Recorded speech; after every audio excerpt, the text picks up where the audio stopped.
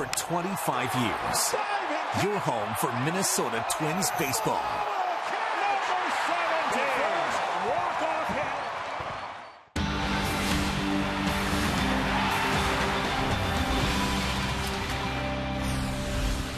After they were limited to just 3 hits in their previous game, the Twins broke out their bats in a big way last night, taking the series opener with the White Sox. Twins fans continue to file into Target Field this evening to witness more of the same in Game 2. Intriguing matchup tonight. Kevin Correa looks to build on his last performance, but he allowed just 1 run in 5 innings against the Phillies. He'll face White Sox ace Chris Sale, the best 5-5 pitcher in baseball. Sale has limited opponents to the second lowest batting average in baseball, but has been frustrated by a lack of run support. Chris Sale has been frustrated by a number of things. One of the best power arms in Major League Baseball, and he has been lights out, especially against left-handed hitters.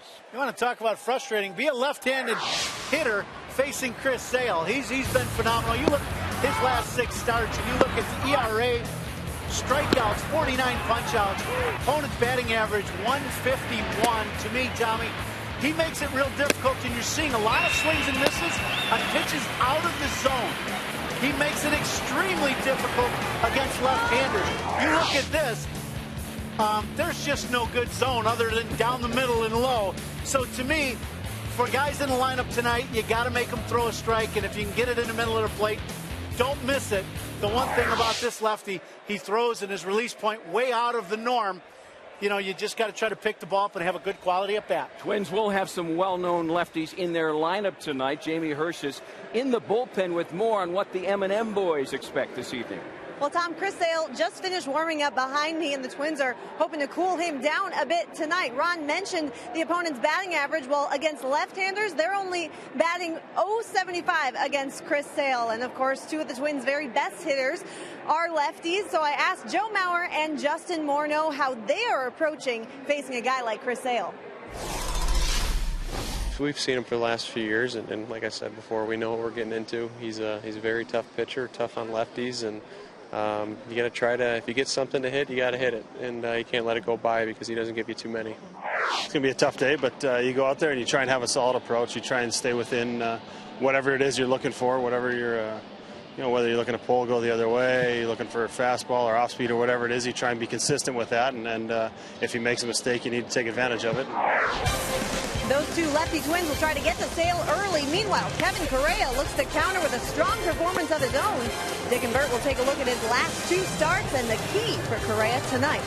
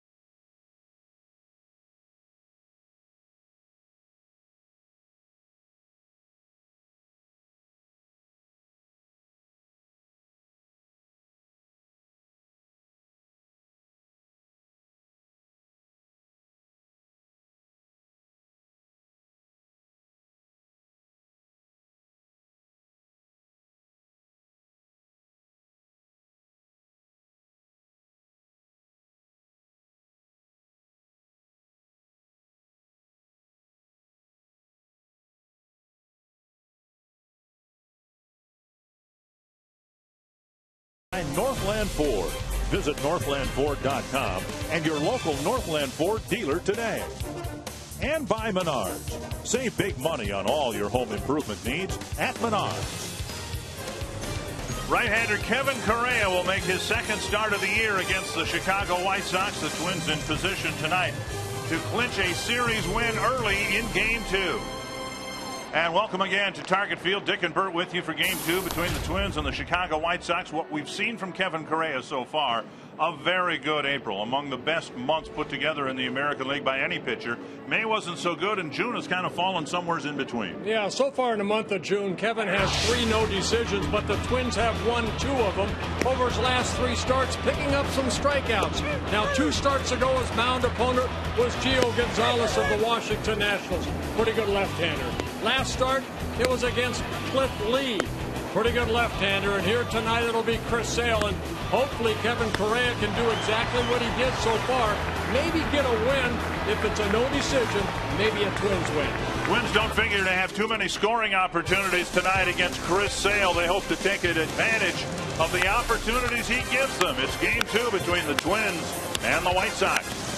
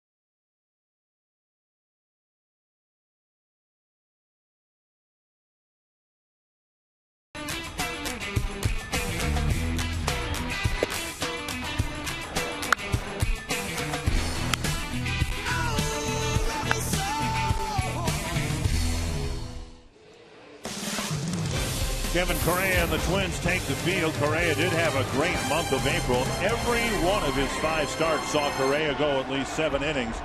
And in the 8 starts since, he's only completed 7 innings once. He'd like to do that here tonight because it figures to be a pitcher's duel. At least that's what I think both teams are hoping for. Robin Ventura, in his second year, had kind of a charmed season last year. A lot of things went right for the White Sox last year. And here is his Menards batting order for Game 2. Alejandro De Aza leading things off. Then Alexei Ramirez, Alex Rios, Adam Dunn, Paul Konerko, Connor Gillespie, Diane Viciedo, Gordon Beckham, and Tyler Flowers. And Kevin Correa making his 14th start and his 8th start here at Target Field, where he's 3-1 with a 2.83 earned run average. So he's pitched a lot better here at Target Field than he has on the road. He's going to need a good one here tonight. De Aza, Ramirez, and Rios. And the first pitch taken for a strike. Wasn't that long ago. The White Sox were 24-24 and thought they were going to be able to do what they did last year, and that is put some heat on the Detroit Tigers. But since then, they've gone 5-15. Strike 2 to De Aza. Two good fastballs middle in by Correa. Pretty good control. Only 13 walks and 82 innings pitched.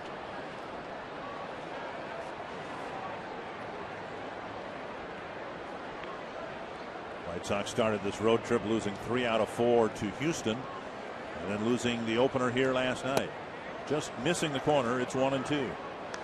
Staying inside on De Aza. Detroit already lost. They got thumped pretty good by the Orioles, 13-3 today. So if the Twins win, they'll be 6 back, and Kansas City, Cleveland continuing their series. They're in the 4th inning at Progressive Field. Just off the corner, 2-2. Well, Correa has a good moving fastball, a hard slider. He'll mix in that curveball that he just missed right there, and that changeup. In his first season with the Twins, coming over as a free agent, signed a 2-year contract with the Twins over the winter. Last couple of years with the Pittsburgh Pirates. Pulled foul toward the Twins dugout.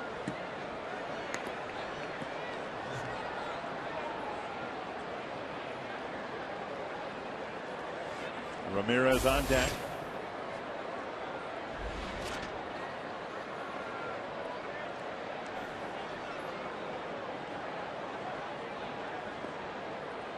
Agreeing with Joe Mauer. See if they stay inside. Lifted to deep right field. And De Aza has hit his 9th home run of the year to give the White Sox the early lead. He stayed inside, but he did not go in far enough. And De Aza, who the previous pitches were hard in, opened up quickly and gives the White Sox an early 1-0 lead.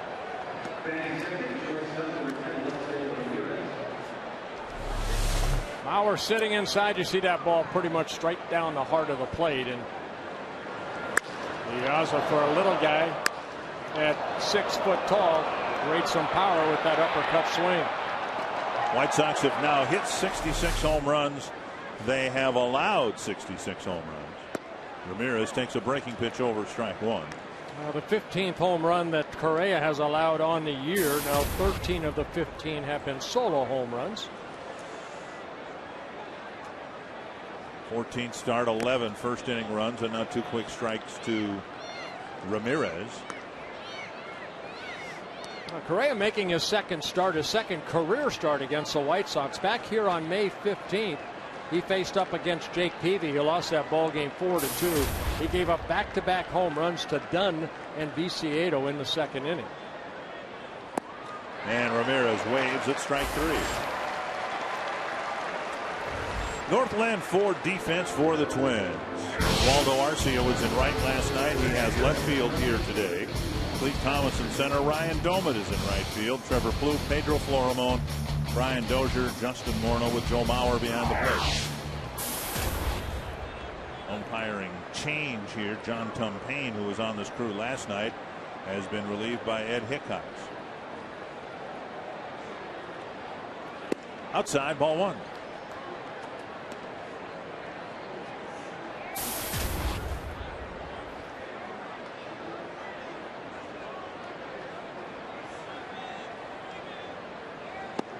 Another breaking pitch outside. 2-0.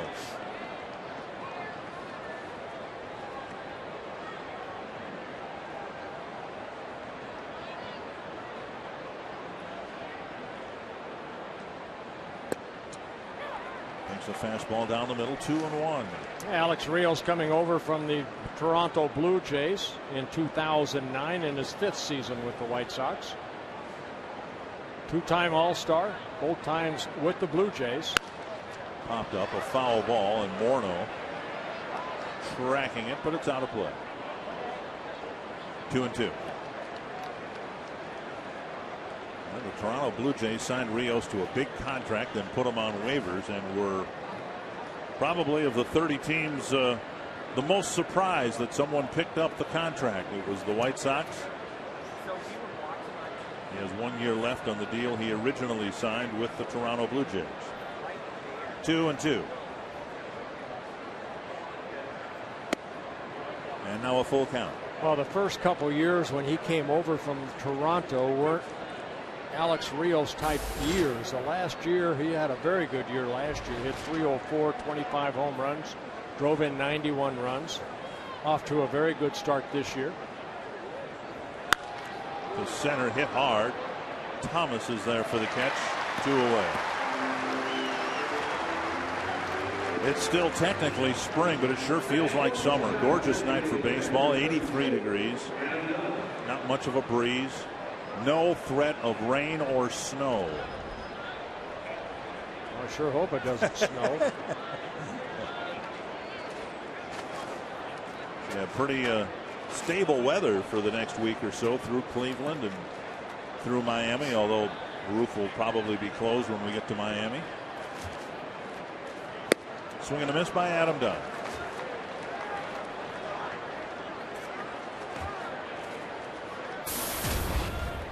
Dunn is at 4 of his 18 home runs against the Twins. In his career, he's gotten Correa twice.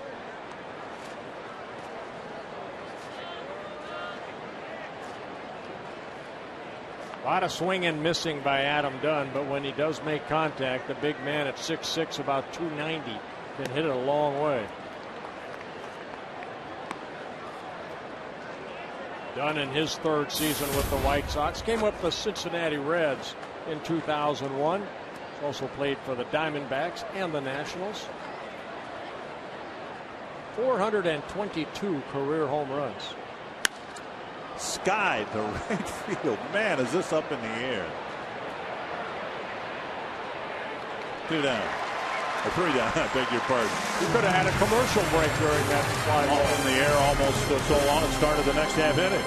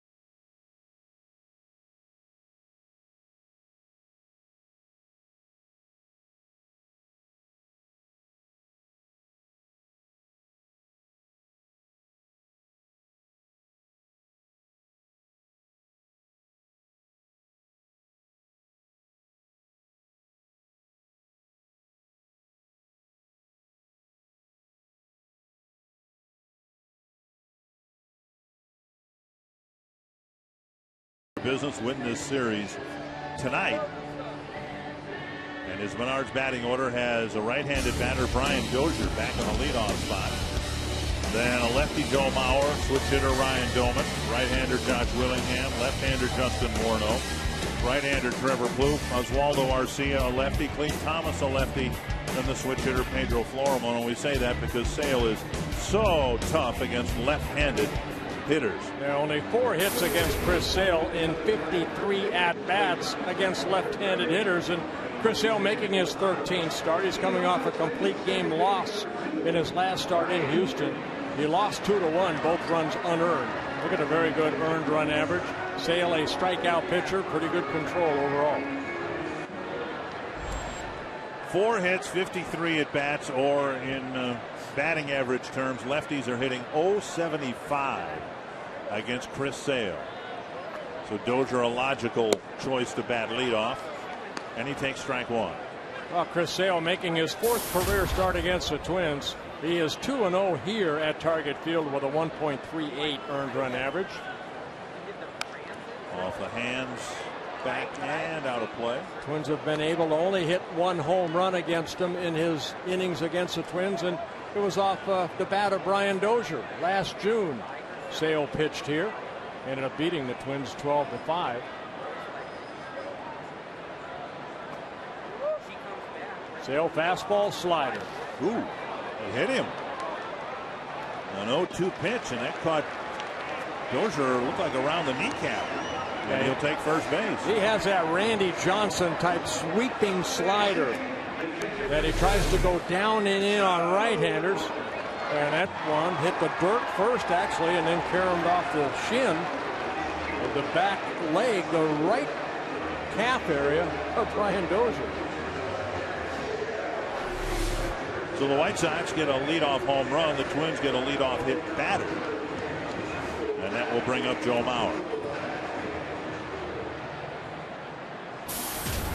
Mauer hitting .356 against left-handed pitching.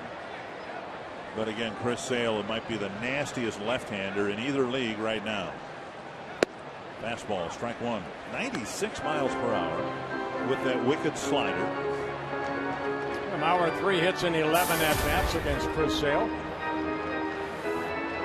There are the splits for Joe Mauer, hitting better against lefties.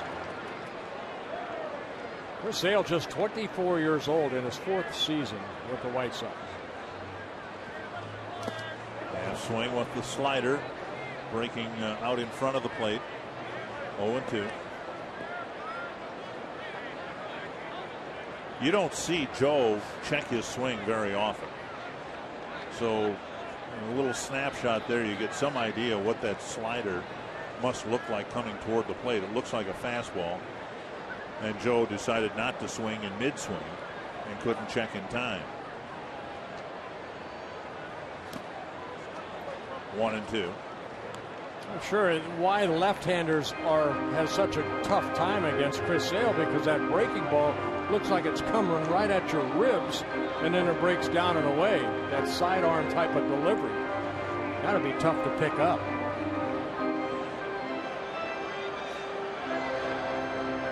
Give you a little view right here what Joe Mauer is trying to see from Chris Sale.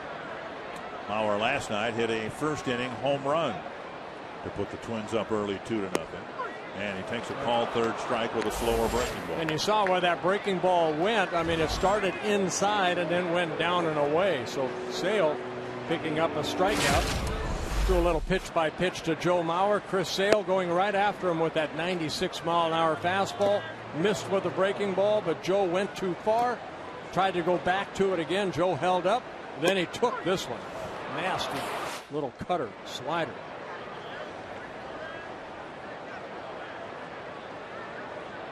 Ryan Doumit got the big hit in the 8th inning last night as a left-handed batter. Will stand in there as a righty here against Chris Sale. Twins better get used to this. They'll see 3 straight left-handed starters for the next few days.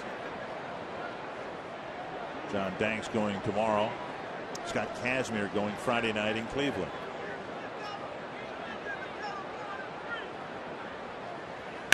Driven to right. And that's over the head of Rios. Dozier around second. He'll go to third. They're going to hold him up there. And Ryan Doumit again gets a double. It doesn't tie the game with Joe Vavra holding up Brian Dozier. That ball hit on a line right there. Rios usually very good out in right field. Just misjudged this ball. Maybe had a tough time picking it up off the bat. Rios took one step in and then the ball hit behind him.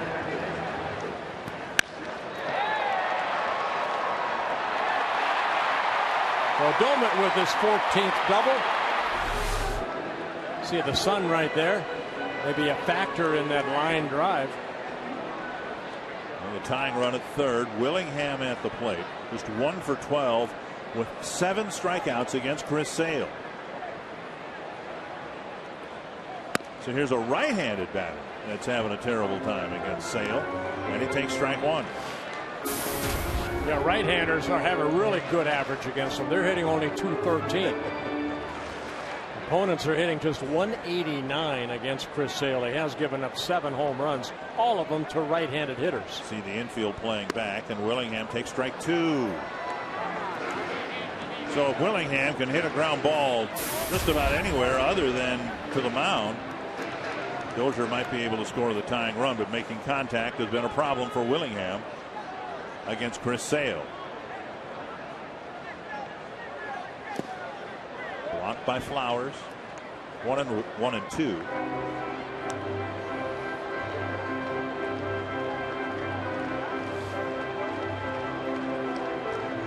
Willingham is strikeout prone, but he's up there just to try to put the ball in play against one of the top strikeout pitchers in the game. 2-2. It did not take Chris Sale a long time to get to the big leagues. He was the White Sox #1 pick back in 2010 out of Florida Gulf Coast University right there in Fort Myers, Florida. 13th pick overall. Made only 11 minor league appearances. 2-2 to Willingham. 3-2. First base open. Morneau on deck.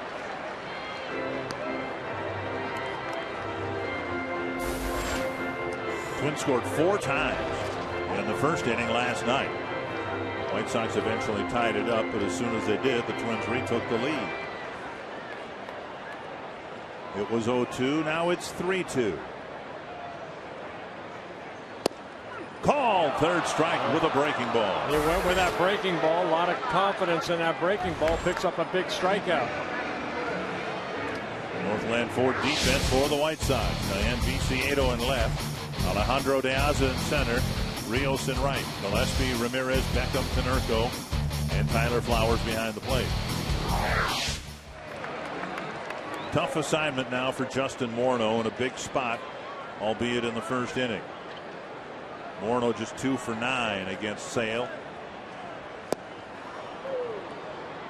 Hey, you almost have to go up there and look for one pitch, either the fastball or the slider.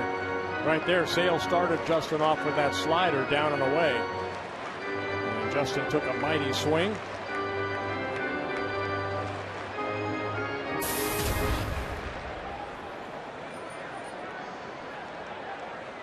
One strike.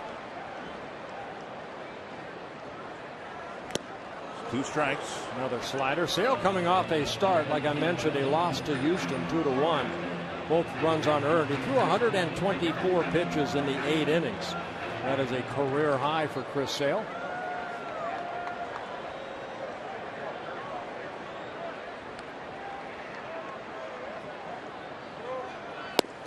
Three sliders ends the threat for the Twins, and it's still 1-0.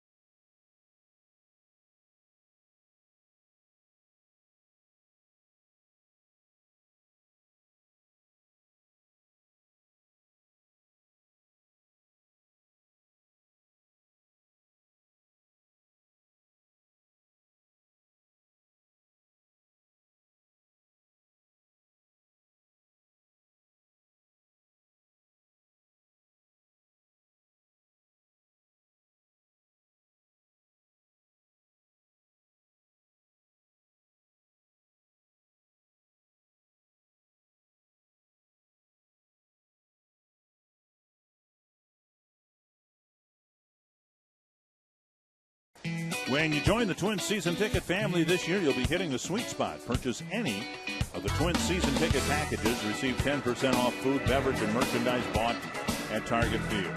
Call 800-33-TWINS. Visit twinsbaseball.com. Check out the options and the benefits of being a Twins season ticket holder. Paul Konerko, the batter. Konerko, a good night at the plate last night. 4 for 4 with a double, an RBI. Drove in the tying run in the 8th inning. Swing and a miss. One strike to Konerko.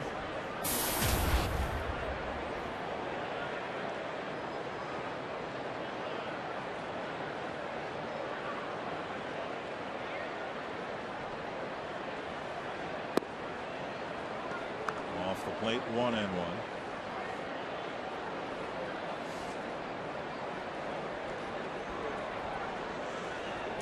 Well, Konerko, pull hitter. You see Florimon shading him a little bit toward third base line.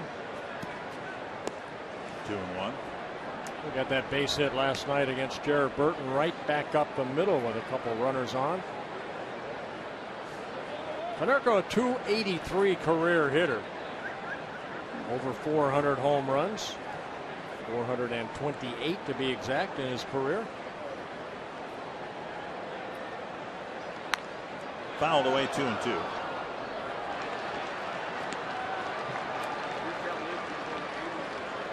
Correa ended up throwing 19 pitches in the first inning.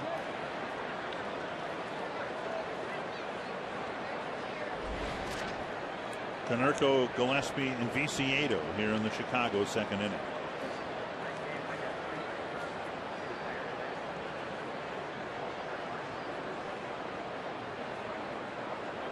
Finally got the sign he wanted from Joe Mauer. Yeah, Correa, last start against Cliff Lee and the Philadelphia Phillies, he ended up throwing 112 pitches in 5 innings. He seemed like he was working out of jams, but still only gave up 1 run. And the outside corner call. Konerko offers a differing opinion with Corey Blaser. Konerko said, you know, I've had 10,000, 20,000 at bats. That's never been called on me before. Let's take a look at the pitch right here. It was outside. That's right there. Come on. Correa picking up his second strikeout. 1 down. Here's Connor Gillespie. It hit Joe's glove in the air. Want to speed the game up, call more strikes, right? Strike one. I agree. I like that. I always like an umpire that wasn't nitpicking at the beginning of the game. Kind of, just give what's there, but, of course, hitters get upset. Who cares? Well, pounded foul. But what that does, it makes the hitters go up there swinging. Right. And I'm not saying that ball looked like it was, 6 inches outside. I'm not saying, to do it that. But the one to Konerko. Just be fair, right, to the one to Konerko. 2 strikes.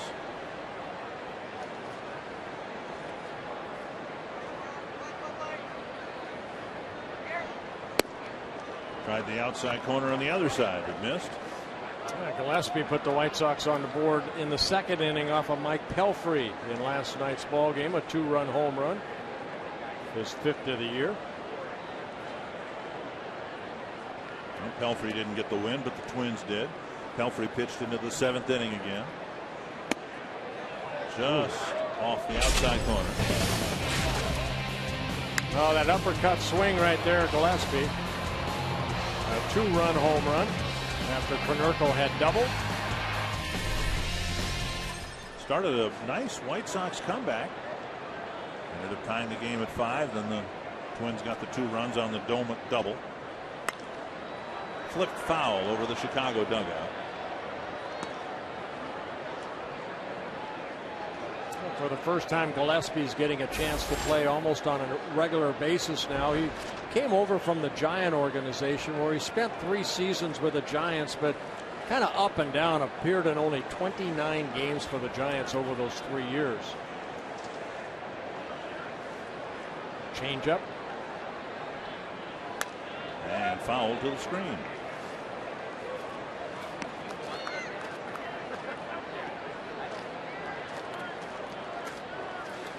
Correa picking up some strikeouts, 13 strikeouts over his last 2 games coming into this outing, over 11 in the 3rd innings. But he's not a strikeout pitcher. He'll average 5-6 strikeouts. Joe and Kevin just aren't on the same page right now, doing a lot of shaking. Correa knows what he wants to throw here. Now he just needs to get the sign from Joe. Fastball away. Flip to left field. Arcia started back. Now he comes in. 2 down. You can ask a question at carsoup.com/baseball. Trey in Bloomington wondering about the reasoning why Kevin Correa is getting more strikeouts in his last 2 starts. Well, again, he's a ground ball type pitcher. When he's on, he'll get ground ball outs. He'll pick up some strikeouts, but you know, against the Washington Nationals, 7 strikeouts. His last start against the Phillies, 6 strikeouts in a total of 11 in the 3rd innings. They'll come if you can hit your spots and get some help. You know, Paul Konerko's pitch right there, maybe it was outside, but it was Paul's 3rd strike. A little sharper too, I think, as the season goes on with his control.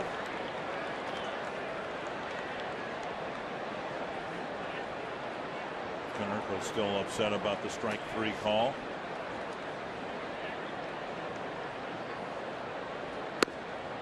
Breaking ball gets a swing and a miss. 2 strikes to Viciedo.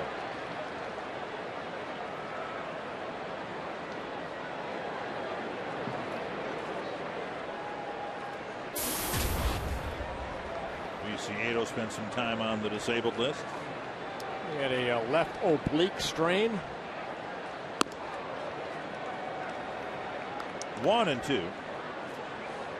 Viciedo, just 24 years old, from Cuba, signed by the White Sox in 2008.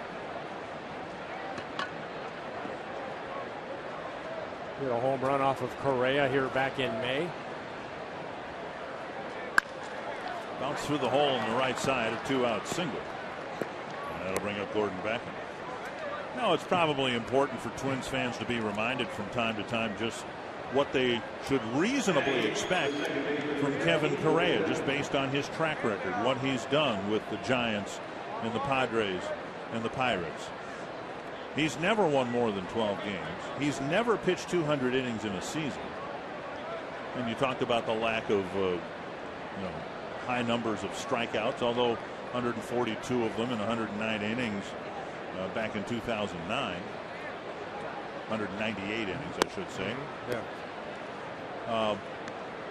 So what the Twins have gotten from Correa to this point is a little bit better than what he's averaged over the years. He's on a pace right now to win 13, 14 ball games.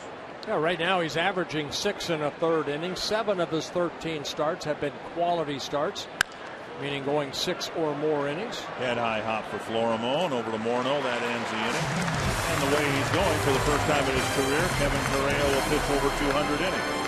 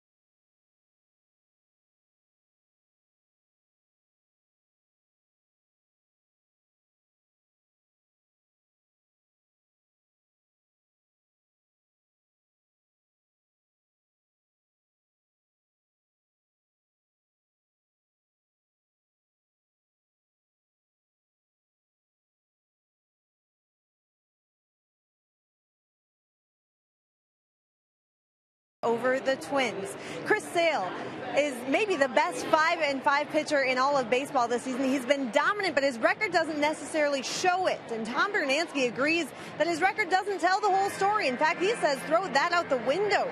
He looks at his stuff and how he's been against good hitters, how he pitches in a hitter's count, things like that. And so Bruno says Sale's record could be 2-8 maybe, and they'd still know that he is a tough guy to hit. He says he's been telling his hitters not going up there to try to work the count. Don't try to do anything fancy. Just stick to your game plan, and if you see a good pitch, take it. Thank you, Jamie. And by take it, I think Tom meant close your eyes, swing hard, and try to hit it hard someplace, right? Well, Sale has faced 6 batters so far. He's been able to get strike 1 on all 6. So that's your approach. Be aggressive early on. He is going to throw strikes. And a lot of first pitch fastballs that have been the last fastball that the hitter has seen in the at-bat. Fastball, now a changeup. It's 1-1 to Plouffe. You see the slider and you hear about the fastball. Mid-90s fastball on a consistent basis, but the development of the changeup has just separated him from a lot of other left-handed pitchers. Chris Sale over his career, I mentioned earlier, 3-0 as a starter against the Twins with a 0.9 earned run average. Fastball misses, 3-1. Twins got their leadoff man on in the first inning. When Dozier was clipped by a pitch, he got as far as third base. Arcia on deck.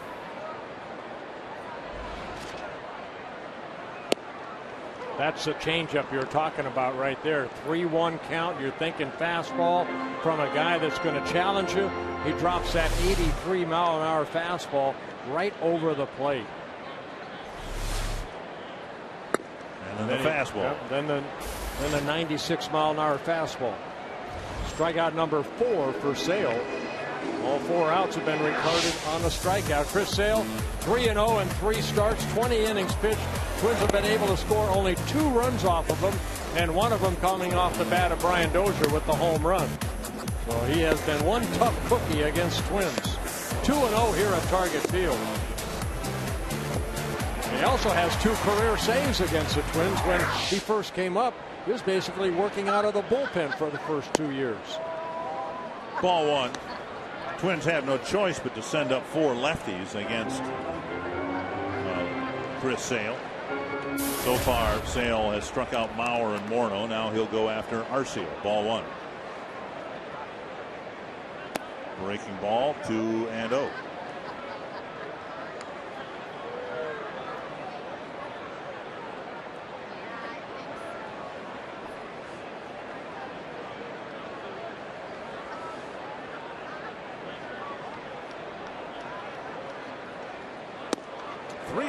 Back-to-back 3-ball counts. Sale came back to strike out Plouffe after the count had gotten to 3-1. Yeah, Sale did miss a couple starts due to some tendonitis in that left shoulder. If they say he's all right now. Held high strike. He does not have classic pitching mechanics. Well, they work pretty good for him. That spins him around and knocks him down. Arcia gets a hit. And where did the ball make contact with Sale? Believe it or not, I think that ball hit his glove. But he kind of spun around and fell on maybe his arm. Take a look right here. Sale getting that ball right back up the middle. Yeah, got the wrist and then flipped them over.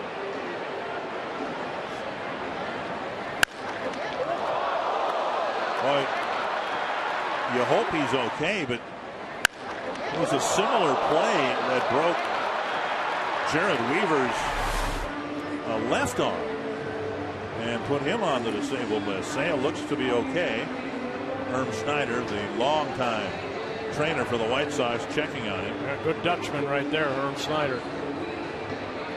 Well, you say that so often. I wonder if there is such a thing as a bad Dutchman. There is no bad Dutchman. All the Dutchmen are good. Okay. If you're not Dutch, you're not much. Remember that. Arcia gets an infield hit. And Sale apparently doesn't feel he needs any more pitches to checked on the health of his arm or anything like that. So Clete Thomas now will come up with a man at first and one out. I think in the Chicago White Sox dugout later on video, they're going to show that back of Chris Sale. That ball hit his glove hand on the wrist area, and he did a complete flip.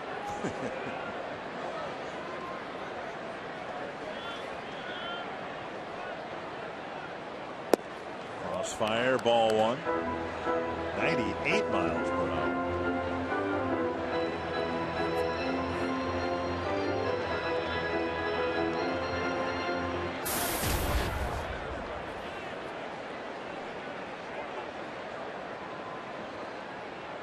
Arcia with a very conservative lead at first base.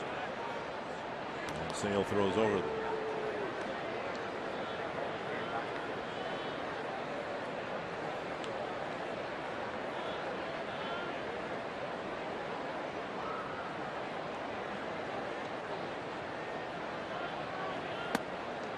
Sale has really struggled throwing strikes in this second inning, even before he spun and fell on the mound. Yeah, his mannerisms after that last pitch, it's like, you know, boy, where's that ball going? Don Cooper looking at the chart, a little worried about his lefty. 30 pitches so far, 17 strikes. Thomas might have swung a ball 3, 2-1. And Sale came into the ballgame only 19 walks in 86 innings pitched. So control has not been an issue.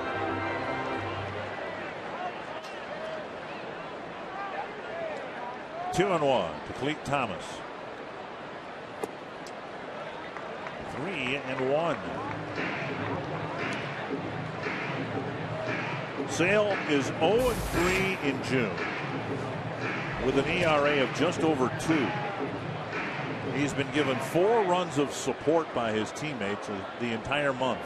He lost 2-0, 4-3, and 2-1. 3-1 to Clete Thomas. And he walked him. Let's see if here comes Don Cooper. Yeah, thought he'd be coming out. Twins with another threat in the second. Tonight's Cold Hard Fact brought to you by Frost Brewed Coors Light. Sale with the lowest run support in the American League on the season. It's just gotten worse in June. Well, you know, it comes with going out there every 5th day. You're going to have days that your club's going to score runs and days not. Believe it or not, it's probably going to make him a better pitcher because he knows he can't give up more than maybe 2 or 3 runs and stay in the game. You're saying that because somewhere along the line somebody told you that when you were going through a stretch like you keep pitching like that, you're going to win a lot of them. No, I want to win now. Well, we said at the outset the Twins will have to take advantage of the scoring opportunities they get against Chris Sale. They didn't do that in the first inning, and now they have another opportunity here in the second.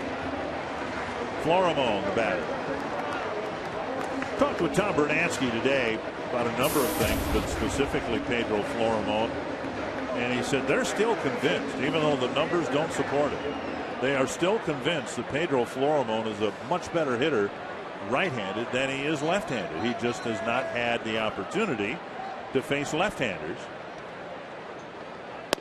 Change up over for a strike, and to that end, we'll tell you again, the Twins will face 3 straight left-handed starters. You saw what Cooper did when out there. What's the first pitch? A changeup. Probably said, hey, you're trying to overthrow. Relax a little bit. Take a little off.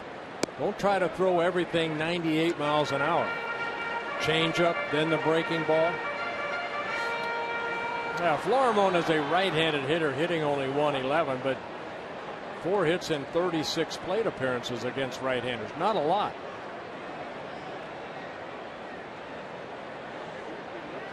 One and one. 1-2. So the Twins facing Sale tonight. Banks tomorrow. Kazmir on Friday in Cleveland. So there will be some opportunities there in succession that the Twins have not had for a while. Well, since Don Cooper came out, change up 2 breaking balls. Hack to the right side is going to be close play. Florimon is retired. Sale slips as he pivoted, keeping an eye, or trying to anyway, on Arcia. And now there might be concern about Sale's lower half. Well, it became a foot race because Sale was a little late getting over there to cover the bag. So here comes Herm Schneider again. Might have slipped on the bag trying to beat Florimon to first base and catch the ball at the same time. As a left-hander, your momentum takes you a little bit toward that third baseline. Take a look right here. Sale, as he gets jammed, kind of stopped and then started again, and then looking for the ball in the bag. You see, he got Florimon and then spun, and then right there, what you worry about is when he's kind of slid right here, is that groin type of injury. Right there. Right there, yeah. Or the ankle. You could see Sale immediately grimacing. And there's some issue involving his left leg, it would appear. This time he will take some warm-up tosses. Watch it slip right there.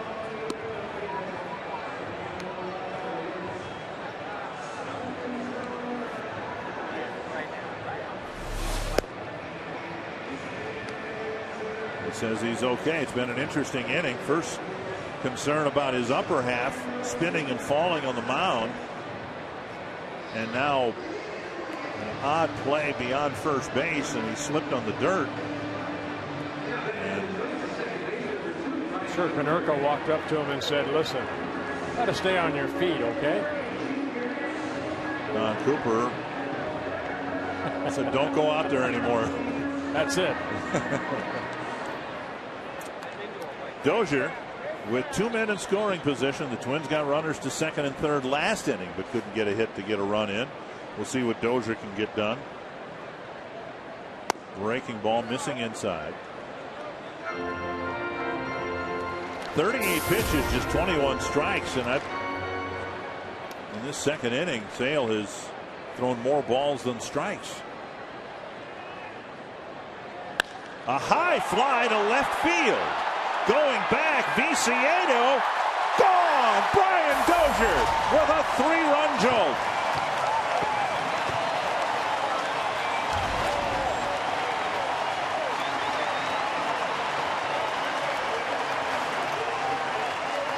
I got a fastball down. Brian Dozier hitting his 5th home run of the year. And his 2nd career home run against Chris Sale.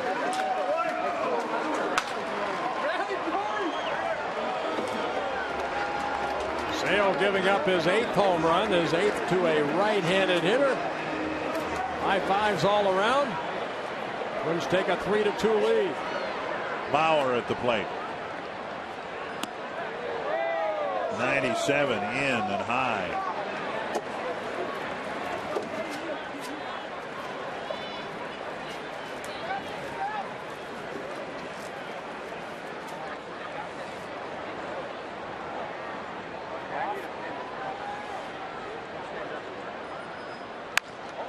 Bounce to the right side. Konerko stays with it. There's the third out. It comes a couple pitches too late for Chris Sale. Brian Dozier with a 3-run home run to put the Twins on top.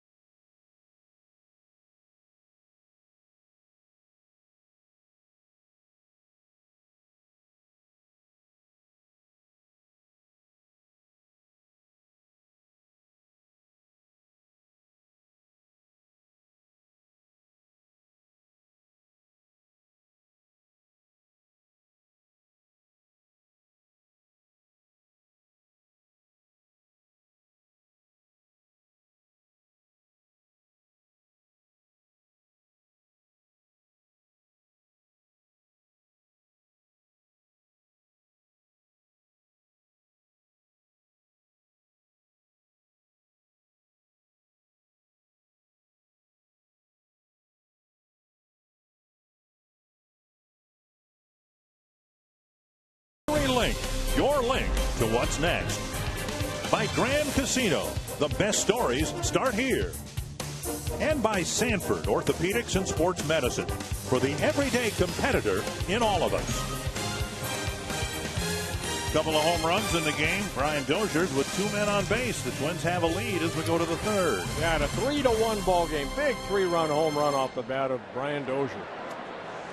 Tyler Flowers will lead off the third. Kevin Correa has given up a leadoff home run, a 2-out single through 2 innings. Breaking ball off the plate, ball 1. Flowers, De Aza, and Ramirez.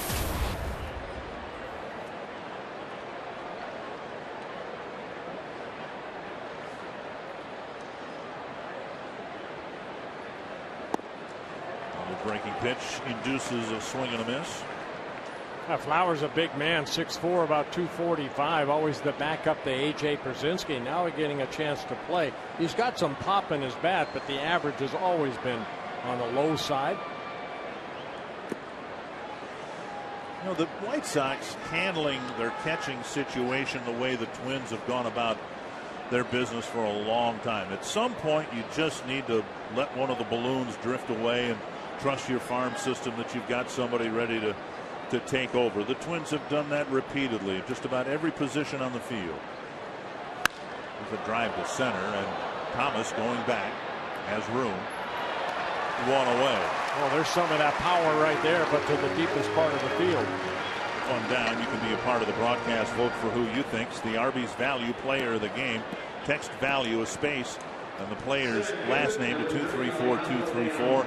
Let us know who you think had the most value in today's game. We'll tell you the winner in the postgame show. So now it's up to Tyler Flowers to take advantage of the opportunity that he's been given by the White Sox. Twins did it with Pierzynski a few years ago. They were going to make Joe Mauer their catcher. Mauer a much better player than Tyler Flowers, but the point is, if you don't give your players coming up through the system that opportunity, then they get stale, and that's how your farm system can kind of go dry for a long period of time. 1-0 to De Aza. 2-0. Well, his first at bat to De Aza to start off the ball game. It looked like Correa going in. Finally, they went in again on that fastball, got it out over the plate, and De Aza hit the home run. First 2 pitches outer half of the plate. Fouled away, 2-1.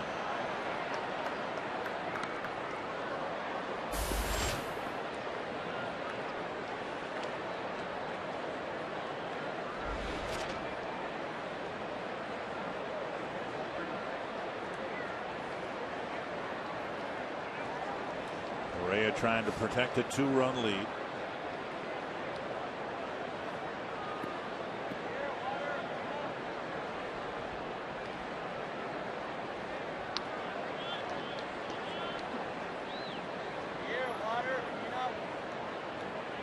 Foul back, 2-2.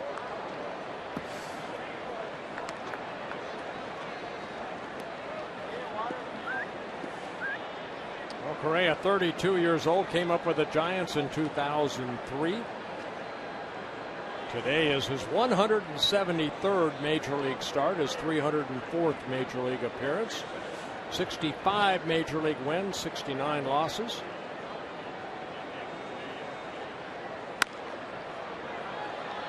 Line foul again.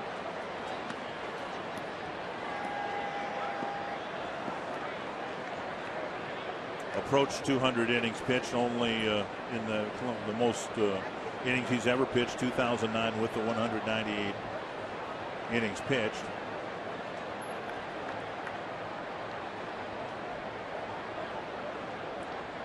Two and two. Just missed the outside corner, 3-2. Yeah, Blazer, the umpire behind home plate, we've seen him not call that one. Now, he did call that one on Konerko that was outside. A couple pitches just missing the outer half to left-handed hitters. Gillespie just earlier, last inning, close pitch. Went upstairs and got him on a swinging strikeout, 2 down. Well, it looked like a little cutter right there, and Correa picks up his 3rd strikeout. You can join the Fox Sports North girls at Lord Fletcher's on Lake Minnetonka for a Fox Sports North viewing party Tuesday, June 25th, beginning at 5:30. You can watch the Twins take on the Marlins, win prizes, be on TV, meet Jenny, Kalen, and Angie. Visit FoxSportsNorth.com. Click on the upcoming events banner for details. Who knows? You might even see Kevin Slowey pitching out of the Marlins bullpen in that 2-game series. Slowey taken out of the rotation, sent to the bullpen by Mike Redmond. 1 strike to Ramirez.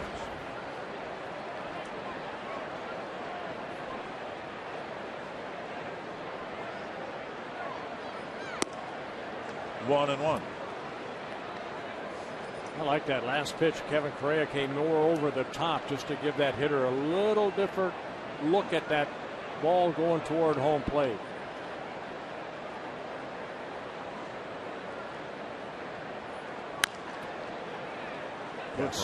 Good sink on that fastball.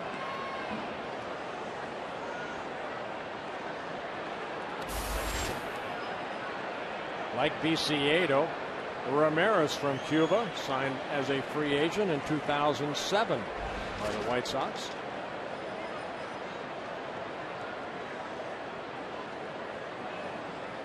Slider. Foul back.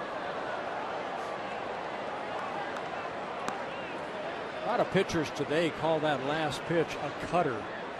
That's kind of the new pitch, I think. It used to be the split finger. Now it's the, to me, it's still a slider. It kind of goes from east to west. Or a curveball more now. This is a curveball right here, more north to south. Tap to third. Luke picks it up. And gets Ramirez by a half step. A 1-2-3 third.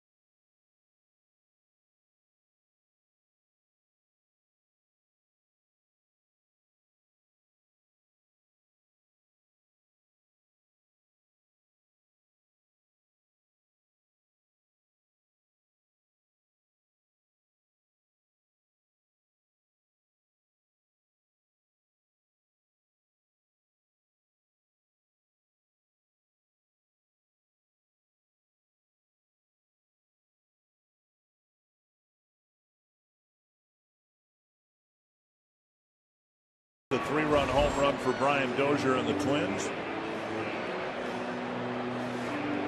And the Twins will send Ryan Doumit, Josh Willingham, and Justin Morneau to the plate here in their 3rd inning. Doumit doubled over the head of Alex Rios in the 1st inning. Breaking ball, strike 1.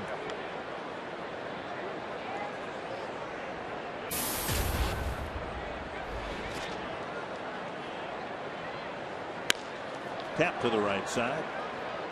Beckham over to Konerko. 1 away.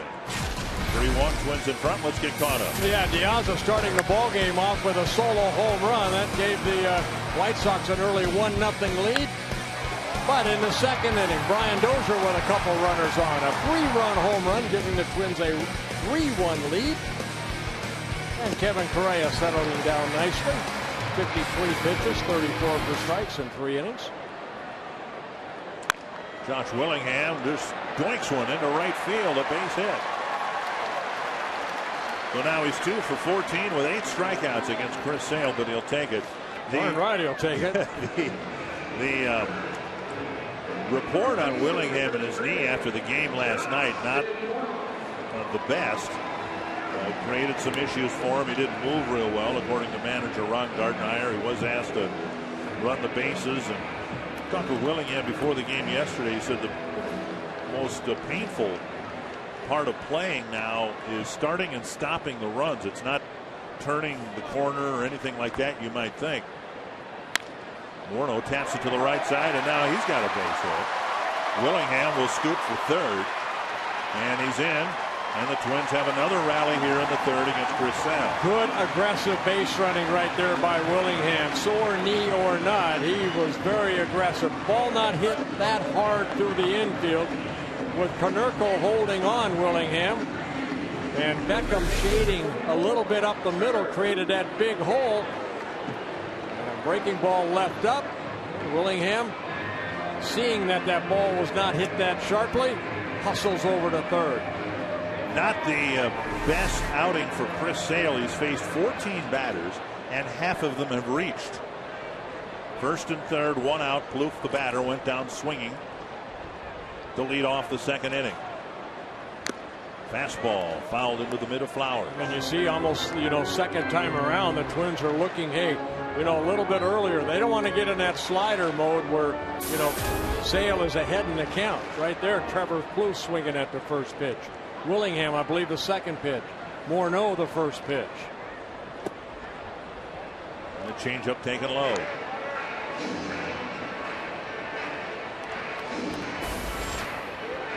Sale has had 8 double plays turned behind him. This is his 14th start. Plouffe looking for something he could drive. Fouled back. 1-2. Saw it last night. Plouffe has done a better job this year. Situational hitting.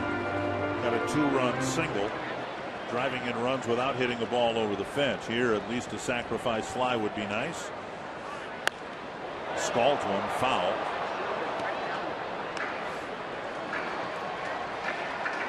That slider kind of hung on that same plane, and Plouffe hit it sharply, but foul.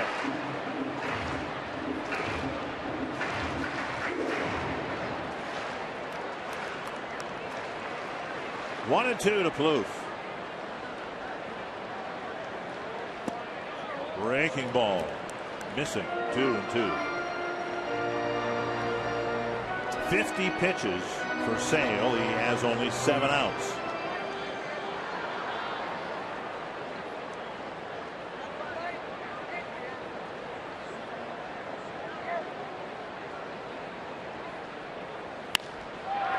Base hit. Plouffe drives in another run. 3 straight singles from the middle of the lineup. Plouffe picking up a couple RBIs in that 4-run inning last night. Here, got a ball down, maybe broke his bat, but just got it over the shortstop Ramirez in the left field. Picking up his 23rd RBI. Fastball. Good swing by Plouffe. Willingham scores. It's a 4-1 Twins lead. That's what the Twins want to see from Trevor Plouffe. It's nice to hit the home runs, and Plouffe hit 24 of them last year. But you want your third baseman to be a run producer, and you do that by getting singles and driving in runs 1 or 2 at a time without hitting the ball over the fence. Well, we saw from Plouffe last year, 24 home runs, but a lot of solo home runs. Right. He drove in only 55 runs in the 24 home runs. Arcia with a 1-hopper back to the mound. It hit Sale, spun him around. He got an infield hit, and then came in on the Dozier home run. Breaking ball, a swing and a miss.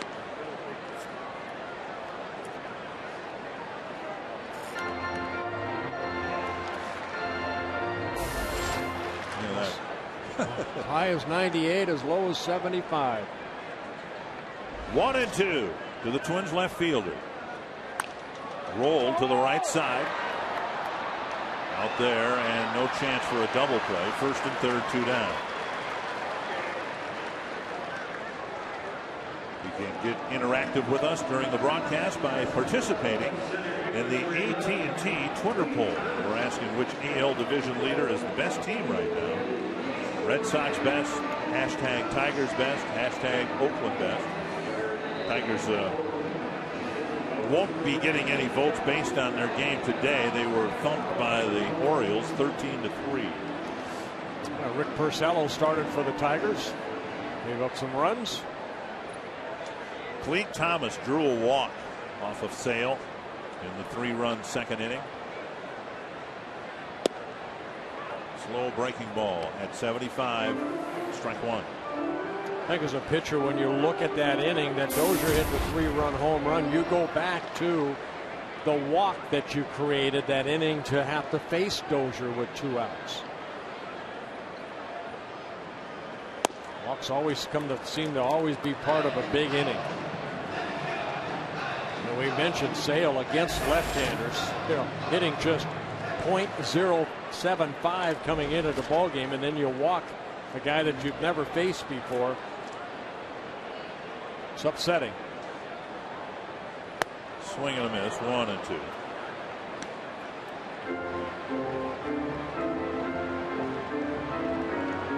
Well, it's not much because they weren't line drives or anything like that, but the Twins have 2 hits from left-handed batters against Sale.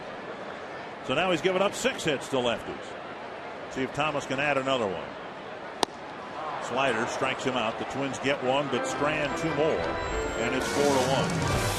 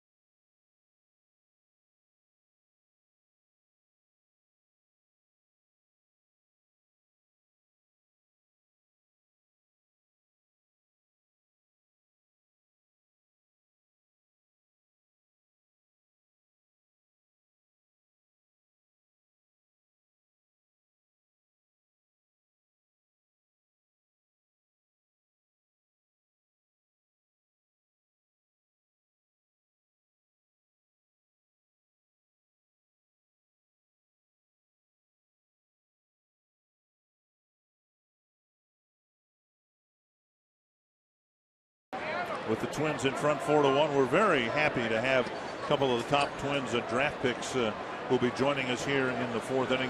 Steven Gonsalves, a left-handed pitcher from Cathedral Catholic High School in San Marcos, California, officially signed today, was introduced to the public. Steven, welcome to Minnesota. That Twins cap looks pretty nice on you. Yeah, no, it's sweet. Very nice to be out here. Well, tell us a little bit about what type of pitcher you are and how excited you are to get your professional career started.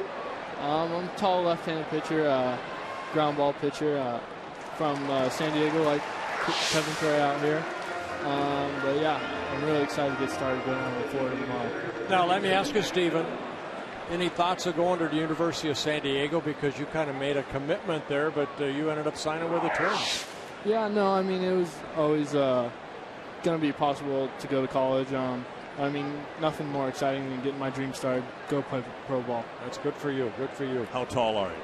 6'5". Okay, so you're seeing Chris Sale out here at 6'13", whatever he is, and he got drafted, got to the big leagues coming out of college. But growing up, who did you not model your delivery after, but who did you idolize growing up as a left-handed pitcher? I mean, I've enjoyed watching Cole Hamels pitch a lot. We share the same agent. Also from San Diego. Went to RBD High School, which is 5 minutes away from my high school. But I mean, watching out here, Chris Sale, he's a freak of nature out there. Now you're heading down to Fort Myers tomorrow. Yes, sir. Okay. Now, how are you going to adapt to that humidity down there? Have they told you about it yet? Yeah, I mean, it's supposed to be like 95 right now. A little different from San Diego. I mean, just missed out my 70-degree weather on beach breezes. But have they told you what they want you to do? Go to Fort Myers and then maybe go up to Elizabeth then, or are you going to start in the league down there? Yeah, extended spring. We're going to be in the Gulf Coast League, me and Cole, and then hopefully they're going to move us up by the end of the season up into E-Town. Very good. You said a ground ball pitcher. You were drafted as high as you were because you had great readings on the radar gun, great repertoire of pitches. How hard do you throw? I'm a high 80s, low 90s guy. Been up to 94 multiple times, but I like to key up on spots. I'm a knee ball pitcher on both sides of the plate. Two down with Adam Dunn grounding out to Justin Morneau. That'll bring up Paul Konerko. Who helped you the most, Stephen, when you grew up? I mean, you've got pretty good control of your fastball. That's one of your key pitches. Who helped you the most? I mean, I didn't really get a whole lot of coaching in my younger years. I mean, always playing ball with my dad. But I've actually got to talk with Trevor Hoffman and Jamie Moyer. Their kids go to my high school, and got to pick their brains a little bit this past year. I mean, really great mentors in the game. Did you do anything? I mean, we have a lot of young kids that have dreams of what you're going through right now. Is there something that maybe clicked in your freshman, sophomore year that all of a sudden, your velocity took off a little bit and you started hitting your spots better? Yeah, I mean, it was exciting. I've always played multiple sports. Played basketball in high school, and then once Perfect Game rankings came out, I was ranked 5th in the nation overall. And I'm like, all right, I have a very good chance at going big league in here. And so I decided to stick with baseball. Steven Gonsalves signed today. The Twins announced most of the draft picks have been signed. 23 players from the draft have been signed. In the bottom half of this inning, we will have the number 1 pick for the Twins, 4th overall, Cole Stewart. Were you any good at basketball? I was decent. I was a big man. I just get the reborns and throw it all the way down court and get a good use of that left arm. Huh? Exactly, yeah. 1-2 to Paul Konerko.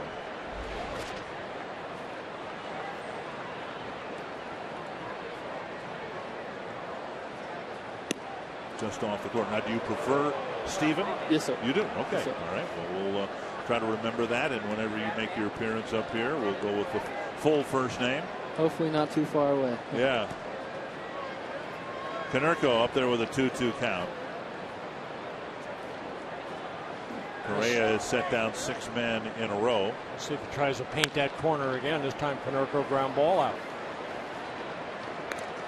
Steven Gonsalves, thank you for stopping by here today. Congratulations. And we'll see you up here real soon. Okay? Thanks for having me. Steven, throw strikes. Thank you.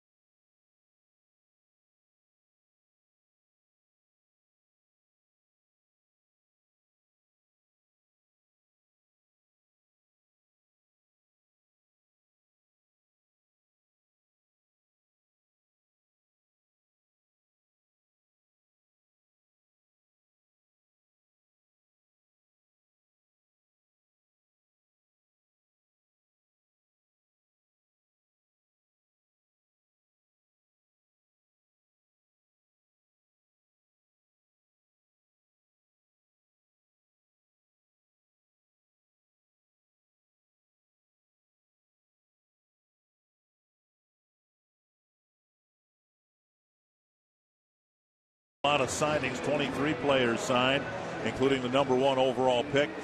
Cole Stewart is nice enough to stop by now and talk a little bit about the beginning of your professional career. Welcome to Minnesota, and how excited are you to get it started? Well, thank you for welcoming me, and it's been a whirlwind since the draft. It's been unbelievable. It's been I couldn't have expected what's been going on. You know, it's just been everybody reaching out to me and kind of wishing me well, and even the big league guys that have been kind of speaking to me and kind of giving me some advice. It's been unbelievable to get to meet some of the guys that I've met and experience it. Now, being the #1 pick, we're going to show some highlights right here, but ranked, high school pitching prospect in the county or country. What do you expect out of yourself when you go down to Fort Myers? I expect a lot of hard work. I'm going to try and give everything I got. Me and Steven hopefully can kind of push each other down there.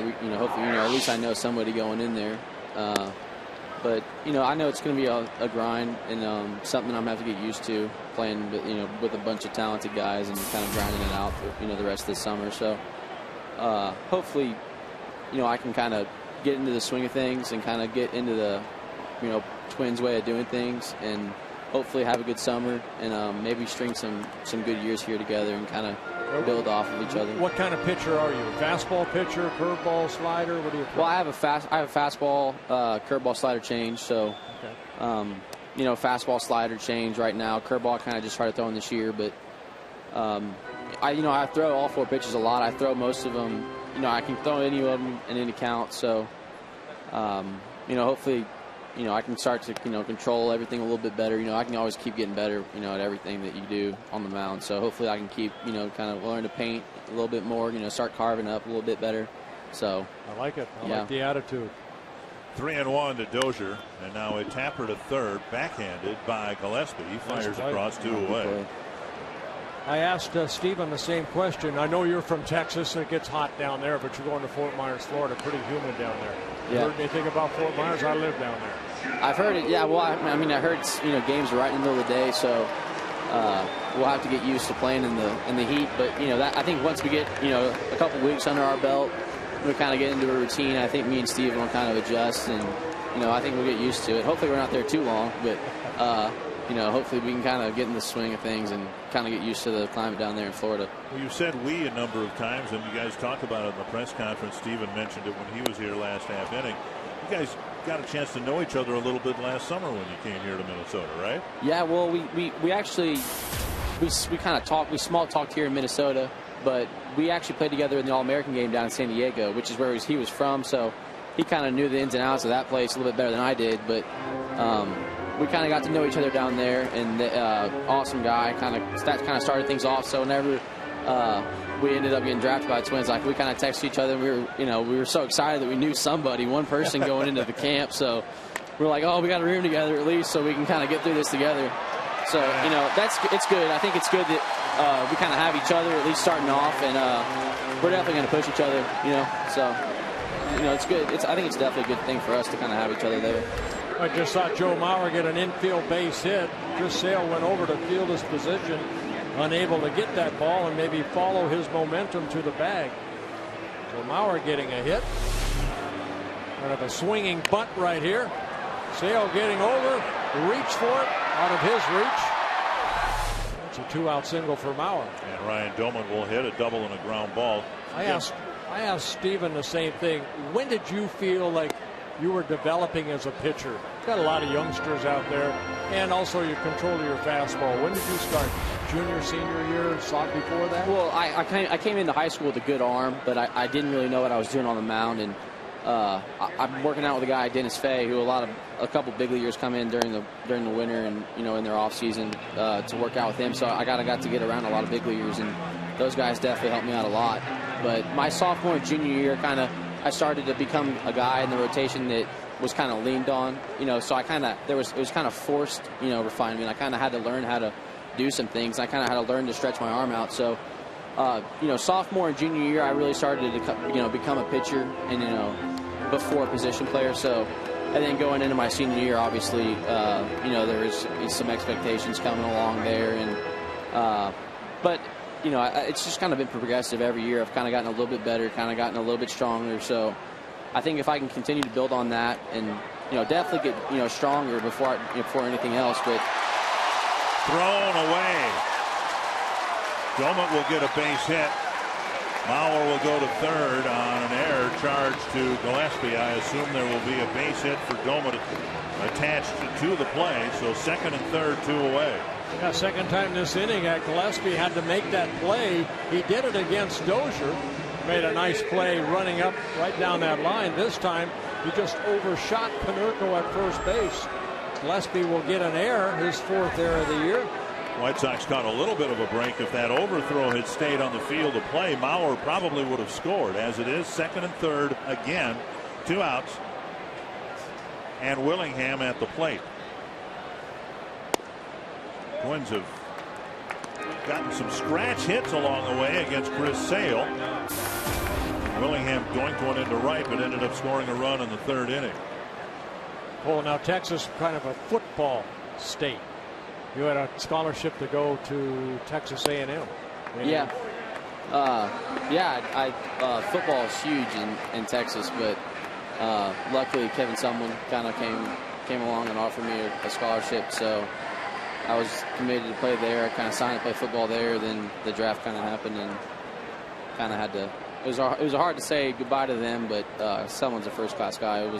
He kind of wants what's best for me, and his wife's actually up from Minnesota, so I'm glad I'm on a team that he's kind of a fan of, so it ended up being a cool situation. But yeah, no doubt that was a little tough. But now there's a Texas guy right there on Gardenhire. Yes, sir. And did he have any discussion with you about the merits of not going to Texas A&M? Oh, well, when he congratulated me, he shook my hand and congratulated me, and I said thank you, and he goes, no, I'm not congratulating you on being a Twin. I'm glad you just didn't, I'm glad I could get you out of A&M in College Station. So he was funny, but he's got a UT. I think he's got a helmet signed by somebody in his office, and he goes, you go touch the helmet.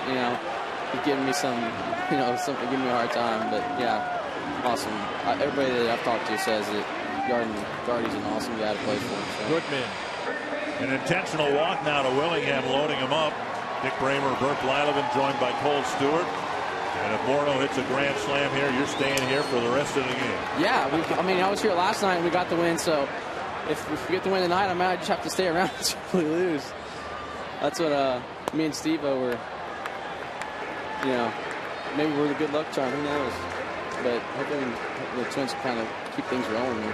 1-0 to Justin Morneau. Cole coming out of high school, and of course the Twins and their fans will be very closely watching your development. There's a swing and a miss, and it's 1-1. Do you have a personal timetable? It really doesn't matter because the Twins will call you up as they deem appropriate. But what's your timetable? Well, there's the guy that St. Louis drafted in 09, Shelby Miller, who's actually having a great year this year. He works out in Tomball with the guy that we mentioned earlier, Dennis Fay. So I have actually worked. A lot of people compare me a little bit to him. So working out with him and seeing him kind of, during the winter doing his work, I've kind of tried to, pick his brain as much as I have, could.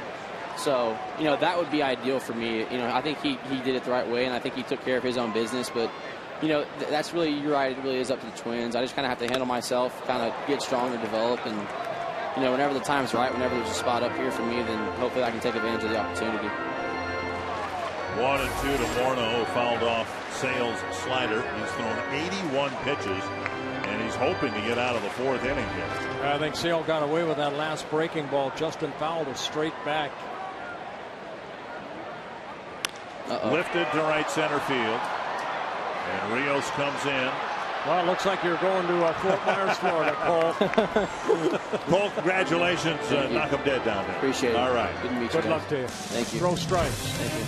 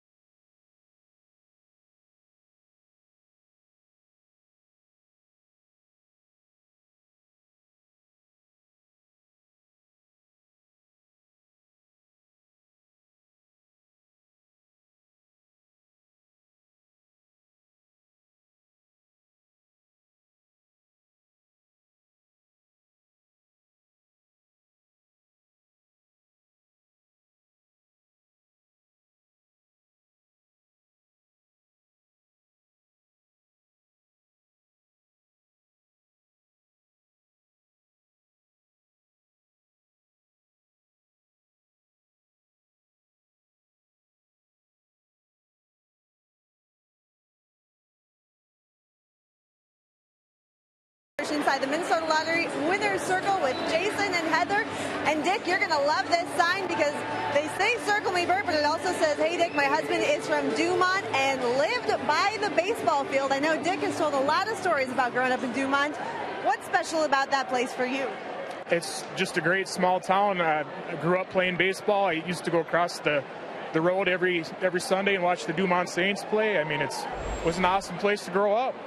And it's about a 3.5-hour drive. You said you have to work tomorrow, but you still made the trip. That's dedication. Yeah, it is. It's our anniversary, so we decided to come out and watch the Twins. Well, happy anniversary. We're glad you made the trip, and I know Dick and Bert will both be pleased. We're going to give you $100 worth of scratch-offs from the Minnesota Lottery. Thanks for being here. And thank you very much. I love it. Awesome. Dick and Bert. Dick, your hometown friend here. Yeah, very nice. Thank you, Jamie.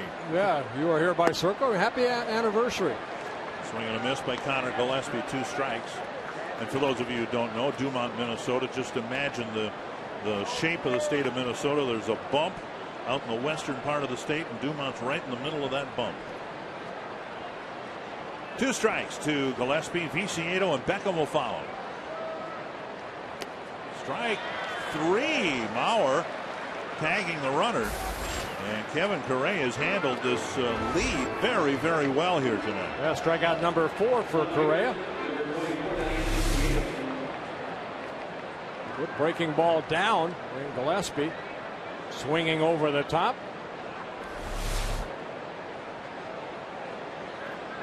Correa gave up the leadoff home run to Diaz. Just 1 hit after that. It came off the bat of Viciedo, who grounded a single through the right side of the infield. Ball 1.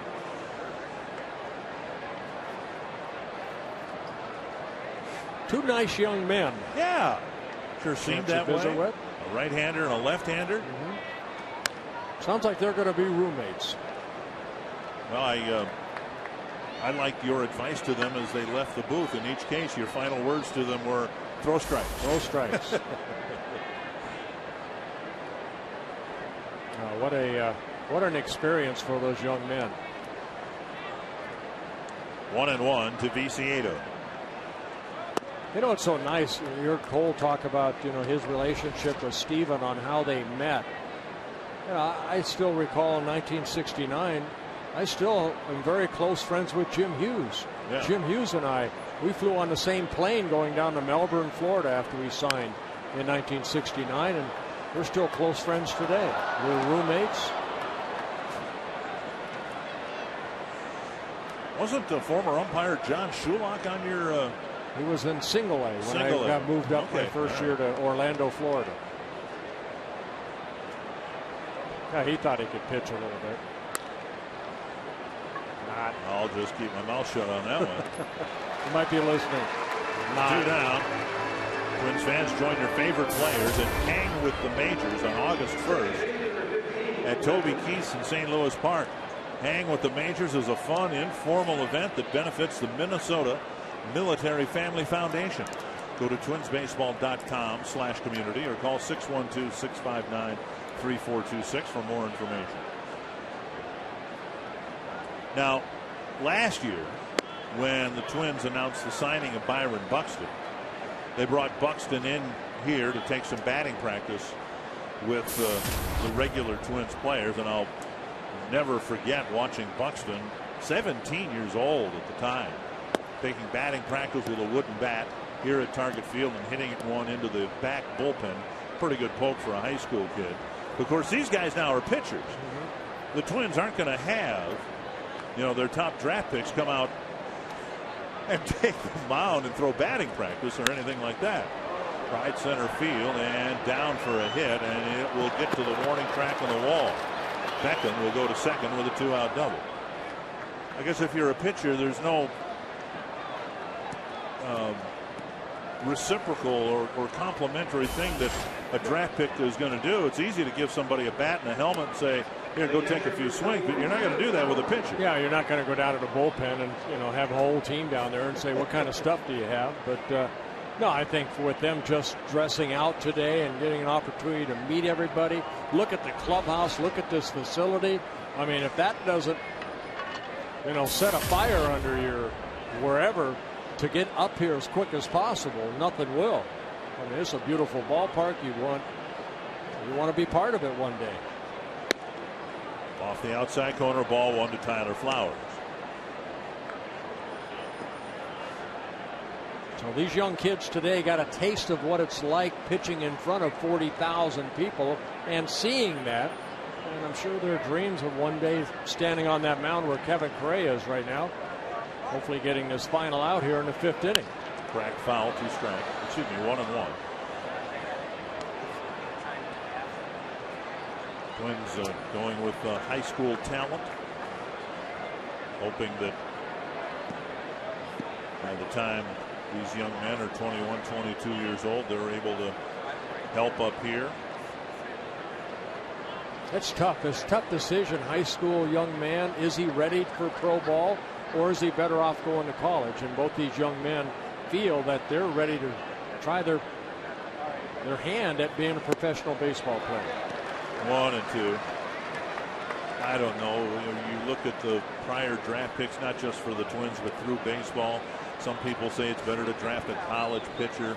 They're physically more mature, emotionally more mature. Other people say, look, you get a kid out of high school, you can develop him and train him your way. Teach him good habits. Yeah. Sometimes in college you create bad habits. 1 and 2 to Flowers. Strike 3. Mauer needs to make a throw.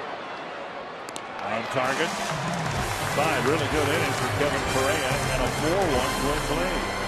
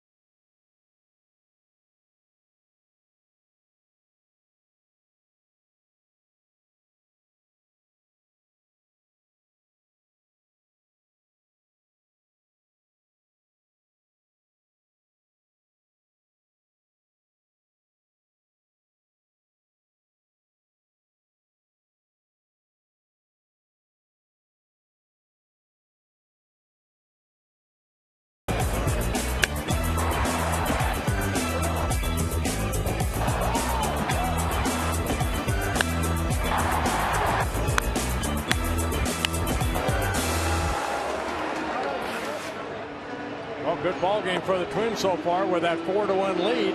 This copyrighted telecast presented by the authority of the Minnesota Twins and may not be reproduced or retransmitted in any form.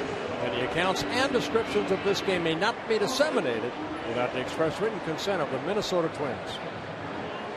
Only once this year has Chris Sale failed to go 6 innings. So as rough as his night has been, we shouldn't be surprised that he's out there in the 5th inning. 4 1/3 innings back in the middle of April in Cleveland against the Indians. Trevor Plouffe takes outside ball 1, but the pitch count is mounting. He has averaged just over 20 pitches per inning, coming off a 124 pitch effort against the Astros. Tapped to short. Beckham, Ramirez makes the play, 1 down. That'll bring up Arcia. Some of them haven't been bullets, but Sale came into this game having allowed only 4 hits to left-handed batters, and tonight the Twins have 3 hits from left-handed batters. Borno, Mauer, and Arcia, who got the first one. with 1 out in the second. Hit one off of Sale for an infield hit and then scored on Dozier's 3-run home run. Strike one. Well, for Chris Sale, this is his 42nd major league start, his 122nd major league appearance. 26 wins, only 16 losses. ERA right now at 2.78 coming into the ball game with 12 saves. I mentioned when he first came up, you know, it basically worked out of the bullpen. They tried him as a closer for a while and then put into the starting rotation last year. Oh my. Got a piece of Arcia up and in. And I'm not sure where it hit him, but he'll go to first base. It looked like it was awfully close to his head. Well, it looked like it got him in the shoulder as he was trying to get out of the way. Second hit batsman for Sale in the ballgame. Got Brian Dozier in the foot. Right off the right shoulder.